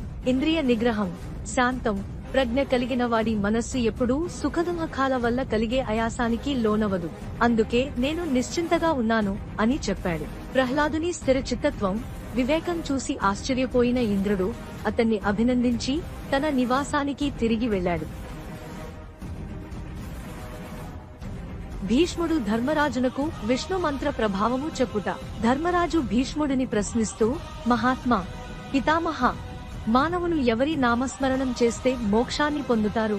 ఏ కార్యం చేపట్టితే మన ఆలోచనల్లో కల్మషం ప్రవేశించకుండా ఉంటుంది? ఆ విషయాలను నాకు వివరించండి అని అడిగాడు. దానికి భీష్ముడు సమాధానమిస్తూ, ధర్మరాజా, నేను నారద మహాముని వల్ల విన్న విషయాన్ని చెబుతాను, విను. ఒకసారి నారదుడు వైకుంఠానికి వెళ్లి శ్రీ మహావిష్ణువునకు నమస్కరించి, దేవా, మోక్షాన్ని కోరుకునేవారు ఎలా నిన్ను సేవించాలి? ఏ మంత్రాన్ని జపించాలి? అన్నీ నాకు చెప్పండి అని ప్రార్థించాడు. అందుకు విష్ణుమూర్తి ఇలా సమాధానం ఇచ్చాడు: పరమ భక్తి, నిర్మలమైన శ్రద్ధ, ఇంద్రియ నిగ్రహం ఇవన్నీ నన్నుద్దేశించిన ధ్యానానికి మూల స్తంభాల వంటివి. రాజ్యపాలనలో మంత్రులు ఎంత కీలకమైన వారో ఇవి కూడా ధ్యానాన్ని అంతే గాఢమై ఫలప్రదంగా ఉంచుతాయి. కల్మషం లేని వారికి, బాహ్య అంతర పాపచింతన రహితులకు ఇవన్నీ పూర్వజన్మ సుకృతం వల్ల సహజంగా లభిస్తాయి. ధ్యాన నిష్ఠ కుదిరిన తరువాత నా ప్రీతికరమైన మంత్రాన్ని జపించాలి. ఆ మహామంత్రం మోక్ష సాధనానికి మార్గం. దానిని జపించేందుకు ముందుగా ప్రణవాన్ని ఓం ఉచ్చరించాలి. దానికి నమః అనే పదాన్ని జోడించాలి. అనంతరం నా షడ్గుణేశ్వర్యాన్ని సూచించే శబ్దాన్ని, సర్వనివాసుడనే అర్థాన్ని అందించే పదాన్ని చేర్చాలి. దీనిని చతుర్థి విభక్త్యంతంగా ఉచ్చరించాలి. అదే ఓం నమో భగవతే వాసుదేవాయ మహామంత్రం. ఈ మంత్రాన్ని గురుపదేశం పొందకుండా జపించిన ఫలితాన్ని ఇవ్వదు. అంతేకాదు, విష్ణు సహస్రనామ స్తోత్రాన్ని పఠించడం కూడా మోక్ష సాధనకు ఎంతో ఉపయోగకరం. వీటిని నియమనిష్టలతో ఉపాసన చేసిన వారు నాకు అత్యంత ప్రీతిపాత్రులు. వారిని నేను ఎప్పుడూ విడవను అని చెప్పాడు. ఇంద్రబలి సంవాదము 1.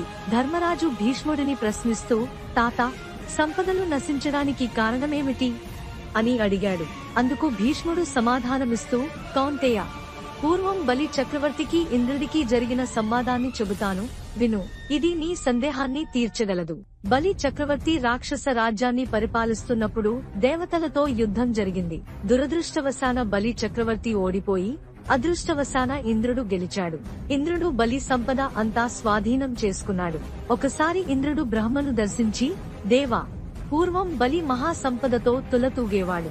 కాని ఇప్పుడు అతని జాడ కూడా కనబడటం లేదు. ఏమైపోయాడు అని అడిగాడు. బ్రహ్మ సమాధానమిస్తూ, నువ్వు అతన్ని చంపనని ప్రమాణం చేస్తే అతడి వివరాలు చెబుతాను అని చెప్పాడు. ఇంద్రుడు ప్రమాణం చేయగా, బ్రహ్మ, గాడిదలు, ఒంటెలు, గోవులు, గుర్రాలు ఉన్న చోట వెతుకు. అతడు ఏదో రూపంలో అక్కడ ఉంటాడు. కాని మాట తప్పి అతన్ని చంపకు అని చెప్పాడు. ఇంద్రుడు వెతికిపోతూ ఒక చోట గాడిద రూపంలో సంచరిస్తున్న బలి చక్రవర్తిని చూసి వెటకారంగా, ఏమయ్యా బలి, ఒకప్పుడు 10,000 ఏనుగులు చుట్టూ ఉండగా పట్టపుటేనుగుపై కూర్చొని మహావైభవంతో నన్ను తక్కువగా చూసేవాడివి. కాని ఇప్పుడు గాడిద రూపంలో బ్రతుకుతున్నావా? బంగారు యూపస్తంభాలతో యాగాలు చేసేవాడివి. ఆ వైభవం అంతా ఏమైపోయింది? నీ గత వైభవాన్ని తలచుకుని విచారిస్తున్నావా అని అడిగాడు. దానికి బలి చక్రవర్తి సమాధానమిస్తూ, దేవరాజా, నా వైభవం పైకి కనిపించేది కాదు. నా మనసులోనే అది గుప్తంగా ఉంది. అవసరమైనప్పుడు నాకది సాక్షాత్కరిస్తుంది. కాని నువ్వు నీ గొప్పను తక్కువ వారికంటే ప్రదర్శిస్తున్నావు. ఇదేనా నీ సంస్కారం? ఉన్నత స్థితికి ఎదగడం లేదా పతనం చెందడం ఎవరి చేతిలోనూ ఉండదు. అవన్నీ విధి ఆడించిన ఆటలు. గర్వపడటం నీచత్వం. అది విడిచిపెట్టు. నేను కోపించి ఒక్క గరుడ అన్నా నువ్వు నీ వజ్రాయుధం నేల గూలిపోతాయి. కాని ఇది పరిహాసంగా అన్న మాట మాత్రమే. నాకసలు కోపం లేదు. బ్రహ్మ వ్రాసిన విధిని ఎవ్వరూ మించలేరు. అహంకారం విడిచి ప్రశాంతంగా ఉండి ధర్మాన్ని అనుసరించు అని బుద్ధి చెప్పాడు. ఇంతలో బలిచక్రవర్తి శరీరంలో నుంచి బంగారు రంగుగల ఒక సుందరి వెలువడింది. ఆమెను చూసిన ఇంద్రుడు, ఆమె ఎవరు అని అడిగాడు. బలి, నాకు తెలియదు, ఆమెను అడుగు అన్నాడు. ఇంద్రుడు ఆమెను ప్రశ్నించగా, ఆమె, నేను లక్ష్మిని. నాకు శ్రీ, భూతి అనే పేర్లు కూడా ఉన్నాయి. నన్నెవరూ పూర్తిగా తెలుసుకోలేరు. ఇప్పుడు నేను బలి చక్రవర్తిని విడిచి వెళ్లిపోతున్నాను అని చెప్పింది. ఇంద్రుడు, దానికి కారణమేంటి అని అడిగాడు. లక్ష్మి సమాధానమిస్తూ, సత్యం, ధర్మం, దానం ఎక్కడ ఉంటాయో అక్కడ నేనుంటాను. బలి చక్రవర్తి పూర్వం ఆ సద్గుణాలతో ఉండేవాడు. కాని గర్వం పెరిగి బ్రాహ్మణుల మీద ద్వేషం కలగడంతో ఆ సద్గుణాలను వదిలేశాడు. అందువల్ల నేను అతని దగ్గర ఉండలేను, కాబట్టి నీ దగ్గరికి వచ్చేస్తున్నాను. నీ దగ్గర ధర్మం, శాస్త్రవిహిత సదాచారం ఉంటుందని ఆశిస్తున్నాను. ఎప్పుడూ నా ఆశలను నిరాశ చేసుకోకుండా జాగ్రత్తపడు అని చెప్పింది. లక్ష్మి చేత విడిచిపెట్టబడిన బలి ఇంద్రుణ్ణి చూస్తూ, దేవేంద్ర, గర్వపడకు. దక్షిణాయనంలో సూర్యుడు చల్లగా ఉంటాడని ఎప్పుడూ అలాగే ఉంటాడా? కాలం కలిసి వస్తే నిన్ను ఓడించి నీ సంపదను మళ్లీ స్వాధీనం చేసుకుంటాను అన్నాడు. ఇంద్రుడు, ఆ సంగతి అలా ఉండని. నీతో ఎక్కువ మాటలు మాట్లాడాల్సిన పని లేదు. బ్రహ్మకు మాట ఇచ్చాను గనుక నీ మీద వజ్రాయుధాన్ని ప్రయోగించడం లేదు. అందుకు సంతోషించు అని చెప్పి తన నివాసానికి వెళ్లిపోయాడు. కాల ప్రభావము, ఇంద్రబలి సంవాదము 2.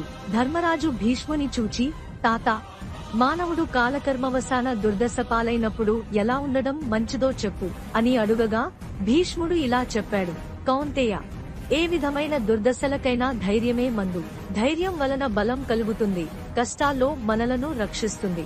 అదే ఆరోగ్యాన్ని, మహాసంపదలను, అఖండమైన కీర్తిని తెస్తుంది. ధైర్యం కలవారే కాలగతిని అర్థం చేసుకుని విజ్ఞతతో వ్యవహరిస్తారు.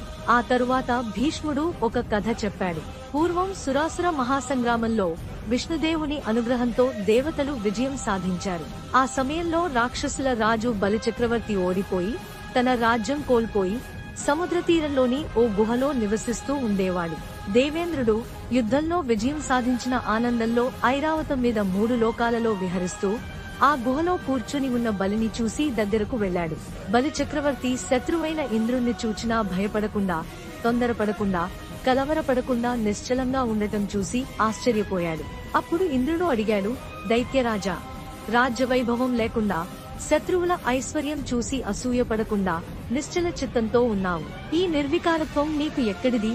నీ పరాక్రమం వల్లనా, లేక తపోమహిమ వల్లనా? దానికి బలి సమాధానం ఇస్తూ, ఇది నీ శక్తి వల్ల కాదు, నా ప్రజ్ఞ వల్ల కాదు. ఇదంతా దైవకృతం. కష్టసుఖాలు కాలానుసారం మారిపోతుంటాయి. గర్వం లేకుండా, విషాదానికి లోనవకుండా ఉండడమే ఉత్తమం. రాజ్యాన్ని కోల్పోయినప్పుడు ధైర్యం అవలంబించడమే మంచిది.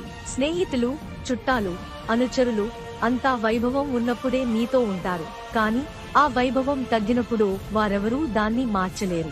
ఒకప్పుడు నేను నిన్ను ఓడించాలంటే అది నా బుద్ధి వల్ల కాదు, కాలం నాకు అనుకూలించిందని. ఇప్పుడు నువ్వు నన్ను ఓడించావంటే అది నీ శక్తి వల్ల కాదు, నీకు కాలం సహకరించిందని అర్థం. అందువల్ల శుభాశుభాలన్నింటికీ కాలమే కారణం. అసలు నాకు నీకు శత్రుత్వం ఎందుకు ఉండాలి? కాల ప్రభావం చేతనే చెట్టున కాసిన కాయ పండినట్లుగా ఈ జీవులు కూడా ఒక స్థితిని పొందుతారు. ఇంద్రుడు బలిని ప్రశంసిస్తూ, ఓ బలి, నీవు ధైర్యం, వినయం, వివేకంతో ప్రశాంతంగా ఉన్నావు. దీని వెనుక కారణమేమిటి అని అడగగా బలి సమాధానమిస్తూ, దేవరాజా, నేను కాల మహిమ తెలుసుకుని కలత చెందకుండా ఉన్నాను. కాలం అన్ని పరిణామాలను అనుసరించి మానవులకు అందిస్తుంది. లోభం, కోపం, కామానికి లోనయ్యే వారు కాల ప్రభావాన్ని అర్థం చేసుకోలేరు. కాని కాలగతిని గ్రహించిన వారు శాంతిని పొందుతారు. ఆ మనశ్శాంతి ఆత్మస్వరూపాన్ని తెలుసుకునే మార్గాన్ని చూపిస్తుంది. కాల గమనాన్ని అర్థం చేసుకున్న వారికి కాల ప్రభావం వల్ల ఎలాంటి దుఃఖాలు ఉండవు. బలిచక్రవర్తి మాటల విన్న ఇంద్రుడు, ఓ బలి, నీలాంటి ధైర్యం, నిశ్చలత్వం అందరూ అభ్యసించాలి. నీ ఆత్మజ్ఞానం, సమతాభావం గొప్పవి. నీ మాటలు అమృతం కన్నా మధురంగా ఉన్నాయి. ఇకపై నా మనస్సు మరోసారి వికారాలకు లోను కాకుండా చేయాలని కోరుకుంటున్నాను అని మర్యాదపూర్వకంగా వీడ్కోలు చెప్పి మునులు, దేవతాగణాలతో కలిసి దేవలోకానికి వెళ్లిపోయాడు. అప్పటి నుండి బలిచక్రవర్తి చెప్పిన కాలచక్ర తత్వాన్ని గుర్తు చేసుకుంటూ ఇంద్రుడు సుఖంగా జీవించాడు. శాస్త్రములెరుగని వాడు కూడా ముక్తి నొందు విధము. ధర్మరాజు భీష్ముడిని అడిగాడు, శాస్త్రాలు చదివి ఆచరిస్తేనే ముక్తి కలుగుతుందా? శాస్త్రాలు చదవని వారి మాట ఏమిటి? భీష్ముడు సమాధానమిచ్చాడు, ధర్మరాజా, శాస్త్ర జ్ఞానం లేని వారు తల్లిదండ్రులను, గురువులను పూజిస్తూ పండితుల దగ్గర కృత్యాకృత్యాలు, ధర్మాధర్మాలు తెలుసుకుంటూ ఉండాలి. ఇదే సందేహంతో గాలవుడు నారదుని ప్రశ్నించగా నారదుడు సమాధానమిచ్చాడు, బ్రహ్మచర్యం, గార్హస్థ్యం, వానప్రస్థం, సన్యాసం అనే 4 ఆశ్రమాల్లో ధర్మాన్ని పాటించి ధర్మార్థ కామాలను సమన్వయం చేసేవాడు పుణ్యపురుషుడు. సత్యవ్రతాన్ని పాటించాలి, పరుషమైన మాటల్ని పలకకూడదు, పెద్దల దగ్గర నుండి పుణ్యకర్మలను తెలుసుకుని ఆచరించాలి, పాపకర్మలను మనసులోకి రానివ్వకూడదు. దేవతల పూజ, పితృదేవతల పూజలు చేయాలి. ఇవన్నీ నేను చేస్తున్నాననే అహంకారం ఉండకూడదు, భోగాసక్తి ఉండకూడదు. ఇతరులను నిందించడం, పొగడుకోవడం, బద్ధకం, గర్వం, అసూయను విడనాడాలి. కోపాన్ని త్యజించాలి, దాన ధర్మాలు చేయాలి, వేదాధ్యయనం లేదా వేదాంత శాస్త్రాలు చదవాలి, యజ్ఞయాగాదులు చేయాలి. చేయలేకపోయినా చేసే వారికి సహాయపడాలి. ఈ విధంగా ధర్మాచరణం చేస్తే శాస్త్రాభ్యాసం లేకపోయినా కొంతకాలానికి ఆత్మజ్ఞానం లభించి మోక్షం సిద్ధిస్తుంది. ఇదే ధర్మాన్ని అరిష్టనేమి ముని సగరుడికి ఉపదేశించాడు. ధన, ధాన్య, పశు, భార్య, పిల్లల వ్యామోహంలో మునిగిన వారికి ముక్తి లభించదు. వైరాగ్యం, శాంతిని అలవరుచుకున్న వారికి ముక్తి కలుగుతుంది. సంసార మోహం వట్టి భ్రమ మాత్రమే. తాను మరణించిన తర్వాత కుటుంబాన్ని ఎవరు కాపాడతారు? అందుకే ముందే మోక్ష మార్గాన్ని అన్వేషించాలి. జననం, జీవితం, మరణం తత్వాన్ని గ్రహించే వారికి ముక్తి దొరుకుతుంది. పాపకర్మలు లేనివాడు, ధర్మాన్ని ఆచరించేవాడు ముక్తిని పొందగలడు. జీవితంలోని అనేక మార్పులు మనసుకు ప్రభావం చూపకూడదు. భూమండలాన్ని ఏలిన రాజులు కూడా చివరికి మృత్యువును ఎదుర్కొన్నారు. శరీరం క్షీణిస్తుంది, అందుకే ధర్మాన్ని తూచా తప్పకుండా ఆచరించాలి. ధనయోగం దుర్లభం, కానీ జనన మరణ కష్టాలు సులభం. మానవ జన్మ పాపభూయిష్టం, ఎందుకంటే మానవుడు అత్యధికంగా పాపకర్మలు చేస్తాడు. అయినా ముక్తికి మానవ జన్మే సాధనం. కాబట్టి రాజా, సంసారంలో మునిగిపోకుండా ధర్మాన్ని పాటిస్తూ ప్రజలను రక్షిస్తూ నీ రాజ్యాన్ని పాలించు. ఈ విధంగా ధర్మాచరణం చేస్తే మోక్షం సులభంగా లభిస్తుంది. అందుకే ధర్మరాజా, శాస్త్రవాసనలు లేని వారు ముక్తిని పొందాలంటే సగరుడు అనుసరించిన ధర్మాలను తాము కూడా పాటించాలి. శుకుని వృత్తాంతము. ధర్మరాజు తాత శుకుడు కృష్ణద్వైపాయనుని పుత్రుడు అనుకోవడమే కాని అతని పుట్టకను, తల్లిని, బాల్యంలోనే మహానుభావుడవడానికి కారణాన్ని, అతడు సిద్ధి పొందిన పద్ధతిని ఎరుగను. దయచేసి నాకా విషయాలన్నీ వివరించు అని అడిగాడు. కుంతీపుత్ర, విను. ఒకప్పుడు మేరు పర్వత సమీపంలో ఉన్న కర్ణికార కొండగోగు వనంలో పరమేశ్వరుడు పార్వతితోనూ ప్రమథగణాలతోనూ నివసించాడు. అప్పుడు వ్యాసుడు పుత్రుడు కావాలనే కోరికతో మహానిష్ట పూని యోగబలంతో తపస్సు చేశాడు. యోగశక్తికి రాజసూయాలు, అశ్వమేధాలు కూడా సరికావుగదా. పరమశివుడు ప్రత్యక్షమై, పరాశరపుత్ర, ఏం వరం కావాలో అడుగు అన్నాడు. వ్యాసుడు సాష్టాంగదండ ప్రణామం చేసి, దేవా, పృథివ్యాపస్తేజో వాయురాకాశాలనే పంచభూతాలతో సమానమైన శక్తిగల పుత్రుణ్ణి నాకనుగ్రహించు అని కోరగా శివుడు తథాస్తు అని వరమిచ్చాడు. ఒకనాడు వ్యాసుడు అగ్నికార్యం చేసుకునేందుకు అగ్ని కోసం అరణిని మధిస్తున్నాడు. అంతలో ఘృతాచి అనే అప్సరస ఆ వైపుగా వెడుతుంది. దానిని చూసి వ్యాసుడు కామపీడితుడైనాడు. అది గమనించి ఘృతాచి చిలుక రూపం ధరించింది. అయితే ఏమి?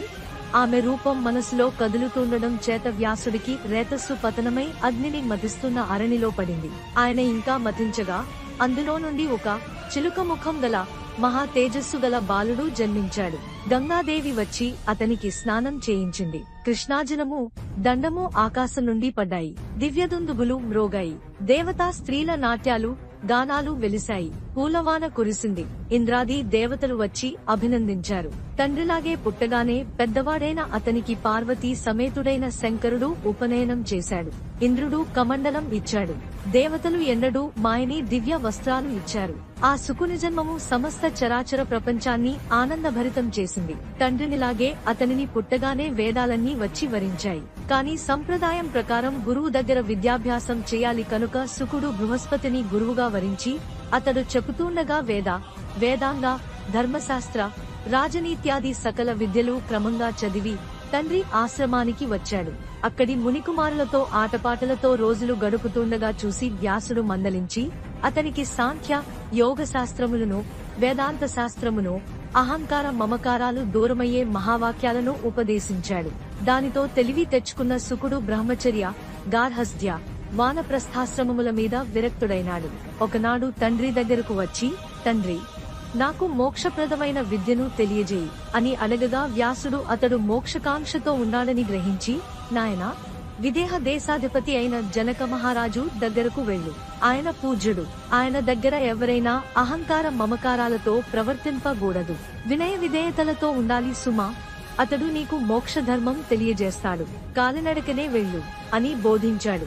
శుకుడు తండ్రి మాట చొప్పున కాలినడకనే బయలుదేరి మేరువు మొదలైన పర్వతాలు, గంగానది మొదలైన నదులు దాటి భరతఖండానికి వచ్చాడు. వస్తూ కూడా ఎన్ని వింతలు కనబడినా వాటిని మనస్సునకు పట్టించుకోకుండా విదేహ రాజ్యాన్ని చేరాడు. కావలివారితో రాజును చూడాలన్నాడు. వారు లోనికి పోనివ్వలేదు. అలాగే నిలుచుండిపోయాడు. అప్పుడు వారు లోనికి పంపగా రాజమందిరం దగ్గర ద్వారపాలకులు లోనికి వదలలేదు. శుకుడు నిర్వికారంగా అలాగే నిలిచి ఉండగా వారు భయపడి రాజుకు చెప్పారు. జనకుడు వెంటనే పురోహితుణ్ణి పంపాడు. ఆయన చూచి వెళ్లి శుకుని మహానుభావాన్ని వర్ణించి చెప్పగా రాజు మంత్రులతోనూ పండితులతోనూ పరివారంతోనూ శిరస్సు మీద అర్ఘ్యపాత్ర పెట్టుకుని వచ్చి పూజించి బంగారు పీఠంపై కూర్చోపెట్టి తాను మంత్రులు నేల మీద కూర్చున్నారు. పరివారం అంతా వచ్చి వింతగా చూచి నమస్కరించి వెడుతున్నారు. వేశ్యలు నాట్యాలు చేస్తుంటే శుకుడు వేమీ చూడడం లేదు. రాజు తన్ని భోజన సదుపాయాలు చేసి మరునాడు ఉదయం శుకుని దగ్గరకు వెళ్లి, అయ్యా, మీరు ఇక్కడికి రావడానికి కారణం ఏమిటి అని అడిగాడు. శుకుడు, మహారాజా, మా తండ్రి అయిన వేదవ్యాసుని ఆజ్ఞ మీద నిన్ను దర్శించి మోక్ష మార్గం తెలుసుకోవడానికి వచ్చాను. బ్రాహ్మణుడికి కర్తవ్యం ఏమిటి? ఏం చేస్తే మోక్షం పొందవచ్చును? ఈ విషయాలు నాకు దయతో బోధించు అన్నాడు. రాజు తన్ని సాదరంగా చూచి, విప్రబాలక, విప్రుడైన వాడు బ్రహ్మచర్యంలో వేదశాస్త్రాభ్యాసం చేయడం, గృహస్థాశ్రమంలో సత్సంతానం పొంది యజ్ఞయాగాదులు, దేవాతిథి పితృపూజలు చేయడం, వానప్రస్థంలో అగ్నితో కూడా అడవికి వెళ్లి ప్రతాదులాచరించడం, సన్యాసాశ్రమంలో నియమనిష్టలతో వైరాగ్యాన్ని సాధించి అగ్నిహోత్రాన్ని ఆత్మారోపణం చేసి సకల కర్మ పరిత్యాగం చేసి ప్రశాంతితో బ్రహ్మ సాయుధ్యాన్ని పొందడం అనే వాటిని క్రమంగా ఆచరించి తరించాలి అని చెప్పగా విని శుకుడు, రాజా, జ్ఞానోదయమైనా సరే ఈ ఆశ్రమాలన్నీ క్రమంగా అవలంబించవలసిందేవా? వేదాలు కూడా ఇలాగే చెబుతున్నాయా అని అడిగాడు. రాజు, మునివర్య, లోకధర్మం చెడకుండా కర్మాచ్యుతి లేకుండా ఉండేందుకు పూర్వపు మునులంతా ఈ ఆశ్రమ ధర్మాన్ని పాటిస్తూ వచ్చారు. కాని కొన్ని మహనీయులు ఉంటారు. వారు బ్రహ్మచర్యంలోనే ముక్తి పొందుతారు. అలాంటి వారికి ఆశ్రమ ధర్మాలతో పనిలేదు. అలాంటి మహాజ్ఞానికి ఆశ్రమాలతోనూ లోక ధర్మాలతోనూ పనిలేదు. స్థిరబుద్ధి కలిగి బ్రహ్మానందంలో లీనమైతే ముక్తి లభిస్తుంది అని చెప్పగా విని సంశయాలు తీరిన శుకుడు హిమాలయాలకు వెళ్లాడు. అంతకు పూర్వమే వ్యాసుడు అక్కడికి వచ్చి ఆశ్రమం నిర్మించుకుని పైల, జైమిని, సుమంత, వైశంపాయనులనేడి 4 శిష్యులకు వేదపాఠం చెప్పుతున్నాడు. శుకుడు తండ్రి దగ్గరకు వచ్చి నమస్కరించి తనకు, జనక మహారాజుకు జరిగిన సంభాషణ అంతా చెప్పాడు. వ్యాసుడు సంతోషించి కొడుకును శిష్యులతో కూర్చోబెట్టి వేదం వల్లే వేయిస్తున్నాడు. శిష్యులు దేశాల మీద తిరిగి తమకు చదువుకున్న వేదాలు ఇతరులకు చెప్పుతూ యజ్ఞయాగాలు చేయాలని ఆశించారు. వ్యాసుడు వారికి సెలవిచ్చి పంపాడు. ఒకనాడు నారదుడు ఆశ్రమానికి వచ్చి ఆశ్చర్యంతో వ్యాసుని చూసి, మహాత్మా, మీరున్న చోట వేద నినాదం వినిపించాలి గదా, మరి ఆశ్రమం ఇంత నిశ్శబ్దంగా ఉందేమిటి అని అడిగాడు. వ్యాసుడు శిష్యుల సంగతి చెప్పినాడు. నారదుడు, వారు లేకపోతే ఏం, మీరు నీ కొడుకు అధ్యయన వ్రతం కొనసాగించవచ్చు గదా అనగా వ్యాసుడు పుత్రునితో కలిసి ఉచ్చేశ్వరంతో వేద పారాయణం ప్రారంభించి లోకమంతా వేద నాదంతో నింపివేశాడు. ఆ సమయంలో ఒక మహావాయువు అతి తీవ్రంగా వీచింది. ధర్మజ్ఞుడైన వ్యాసుడు, ఇది అనధ్యయన వేళ, ఇలా ఉపద్రవం కలిగినప్పుడు అధ్యయనం నిషిద్ధం అని వేద పారాయణం చాలించాడు. శుకుడు, తండ్రి, ఎన్నడూ లేని ఈ మహావాయువెక్కడిది అని అడిగాడు. సాత్యవతేయుడు పంచభూతాల తత్వం తెలిసినవాడు కావడం చేత ఇలా చెప్పాడు. నాయనా, దేవయానంలో విష్ణుడు ఊర్ధ్వ గమనం చేస్తాడు. పితృయానంలో సూర్యుడు అధోగమనం చేస్తాడు. ఆ గమనాలు గాలి ఆధారంగా జరుగుతుంటాయి. వాయువులను గురించి విను. సమానుడు దేవతా సంభవుడు, అతనికి ఉదానుడు, ఉదానునికి వ్యానుడు, వ్యానునిక అపానుడు, అతనికి ప్రాణుడు పుట్టారు. లోకమంతా వీరిచేత ప్రాణవంతం అవుతుంది. ప్రవహుడు, ఆవహుడు, ఉద్వాహుడు, సంవహుడు, వివహుడు, ఉపవహుడు, పరావహుడు అనే 7 పవనులు అదితి పుత్రులు. వీరు సమస్త భువనాల్లోనూ వ్యాపించి సంచరిస్తూ ఉంటారు. వారంతా సమానాది వాయువులతో గూడి ఉంటారు. లోకాల ఉత్పత్తి వినాశనాలు వారి వల్లనే కలుగుతాయి. వీరి వల్లనే దేవతల విమానాలు నడుస్తాయి. ఒక్కొక్కప్పుడు విష్ణుదేవుని నిశ్వాస వేగము చేత ఈ గాలులన్నీ చెదరిపోతాయి. అప్పుడిలాంటి మహావాయువు వీస్తుంది. ఇలాంటి సమయంలో చదువులు చదివితే కీడు కలుగుతుంది, అందుకే మానుకున్నాను అని వివరించాడు. కొంతసేపటికి ఆ మహాప్రభంజనం శాంతించింది. వ్యాసుడు, నేను స్నానం చేసి వస్తాను, నీవు వేదం చెబుతూండు అని వెళ్లిపోయాడు. శుకుడు వేదం చెబుతుంటే నారదుడు విని సంతోషించి, నీకు మేలు చేస్తాను, ఏం కావాలో చెప్పు అన్నాడు. శుకుడు, మునీంద్ర, ఈ లోకములో పుట్టినవానికి హితమైనదేమిటి, అది నాకు చెప్పు అని కోరాడు. నారదుడు, ఇదివరలో సనత్కుమారుడు చెప్పిన మోక్షధర్మం నీకు చెబుతాను విను. సత్యమే తపస్సు, విద్యయే కన్ను, మోక్ష సుఖమే సుఖము, వ్యామోహమే దుఃఖము. నరుడు ప్రాపంచిక సుఖాలలో మునిగిపోతే ఇంకెన్ని జన్మాలెత్తినా ముక్తి పొందడు. కామం, క్రోధం ఈ రెండే మోక్షానికి శత్రువులు. వీటిని గెలిస్తే సంసారం ఇంకేముంటుంది, అదే ముక్తి. భార్య, పుత్రులు, సంసారం వద్దనుకునే జ్ఞానికి దుఃఖాలు ఉండవు. లోకములోని ప్రాణులన్నింటితో ఏదో ఒక విధమైన సంబంధం పెట్టుకుంటే లంపటత్వం పెరుగుతుంది. అందుచేత సకల జీవులతోనూ సంబంధాలు విడిచి ఏకాంతవాసం చేసిన వానికే ముక్తి లభిస్తుంది అని వివరించాడు. శుకుడు తండ్రి దగ్గరకు వెళ్లి నమస్కరించి ప్రయాణానికి సిద్ధమైనాడు. వ్యాసుడు యోగసిద్ధుడైన కొడుకును చూచి సంతోషించి, తండ్రి, నువ్వు నాకు చాలా ఆనందం కలిగిస్తున్నావు, నా దగ్గర ఉండిపోరాదా అన్నాడు. కాని శుకుడి మనసులో ఈ బంధాలన్నీ నశించాయి. అతను కైలాస పర్వత శిఖరానికి వెళ్లి అక్కడ మంచి చోటు చూసుకుని తూర్పుగా తిరిగి కూర్చుని మహాయోగనిష్ఠుడై చేతులు, కాళ్లు మొదలైన అవయవాలన్నింటినీ క్రమంగా ఆత్మలో లీనం చేస్తూ సూర్యోదయం కాగానే ఆ దేవుని ధ్యానించి తేజస్వరూపం ధరించి ప్రకాశించాడు. ఆ సమయంలో నారద మహర్షి వచ్చాడు. శుకుడు, అయ్యా, నీ దయ వల్ల మానవ జన్మం ఎత్తినవారు వెళ్లవలసిన మార్గం తెలుసుకున్నాను.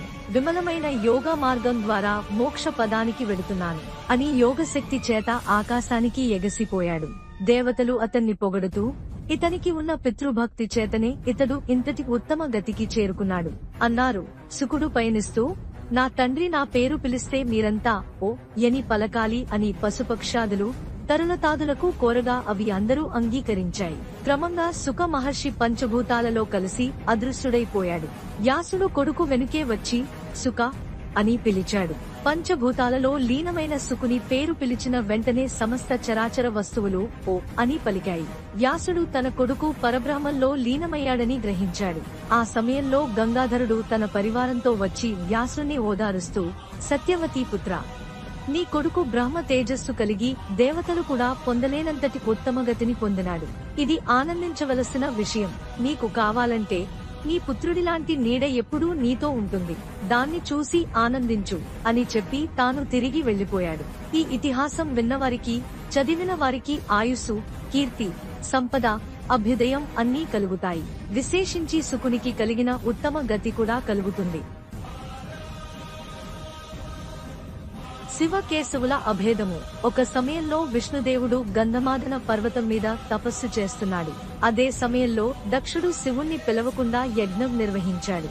శివుని భార్య సతీదేవి, దక్షుని కూతురు. తండ్రి పిలవకపోయినా యజ్ఞానికి వెళ్లి తండ్రి చేసిన అవమానంతో యోగాగ్నిలో పడి తనువు చాలించింది. అందుకు కోపగించిన రుద్రుడు యజ్ఞాన్ని ధ్వంసం చేశాడు. ఆ యజ్ఞం భయపడి పారిపోయి శ్రీహరి గుండెల్లో దాక్కుంది.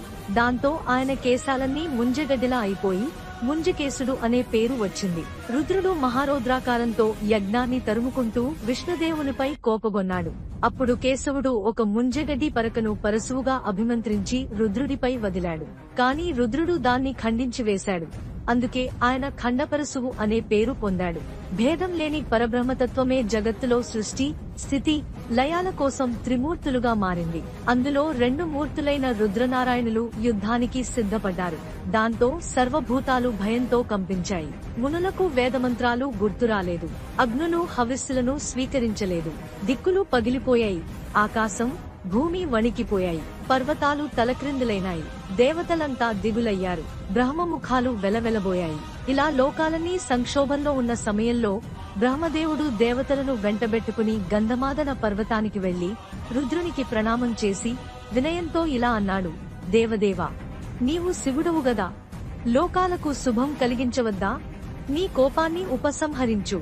విష్ణువంటే ఒకడు, శివుడంటే ఇంకొకడునా?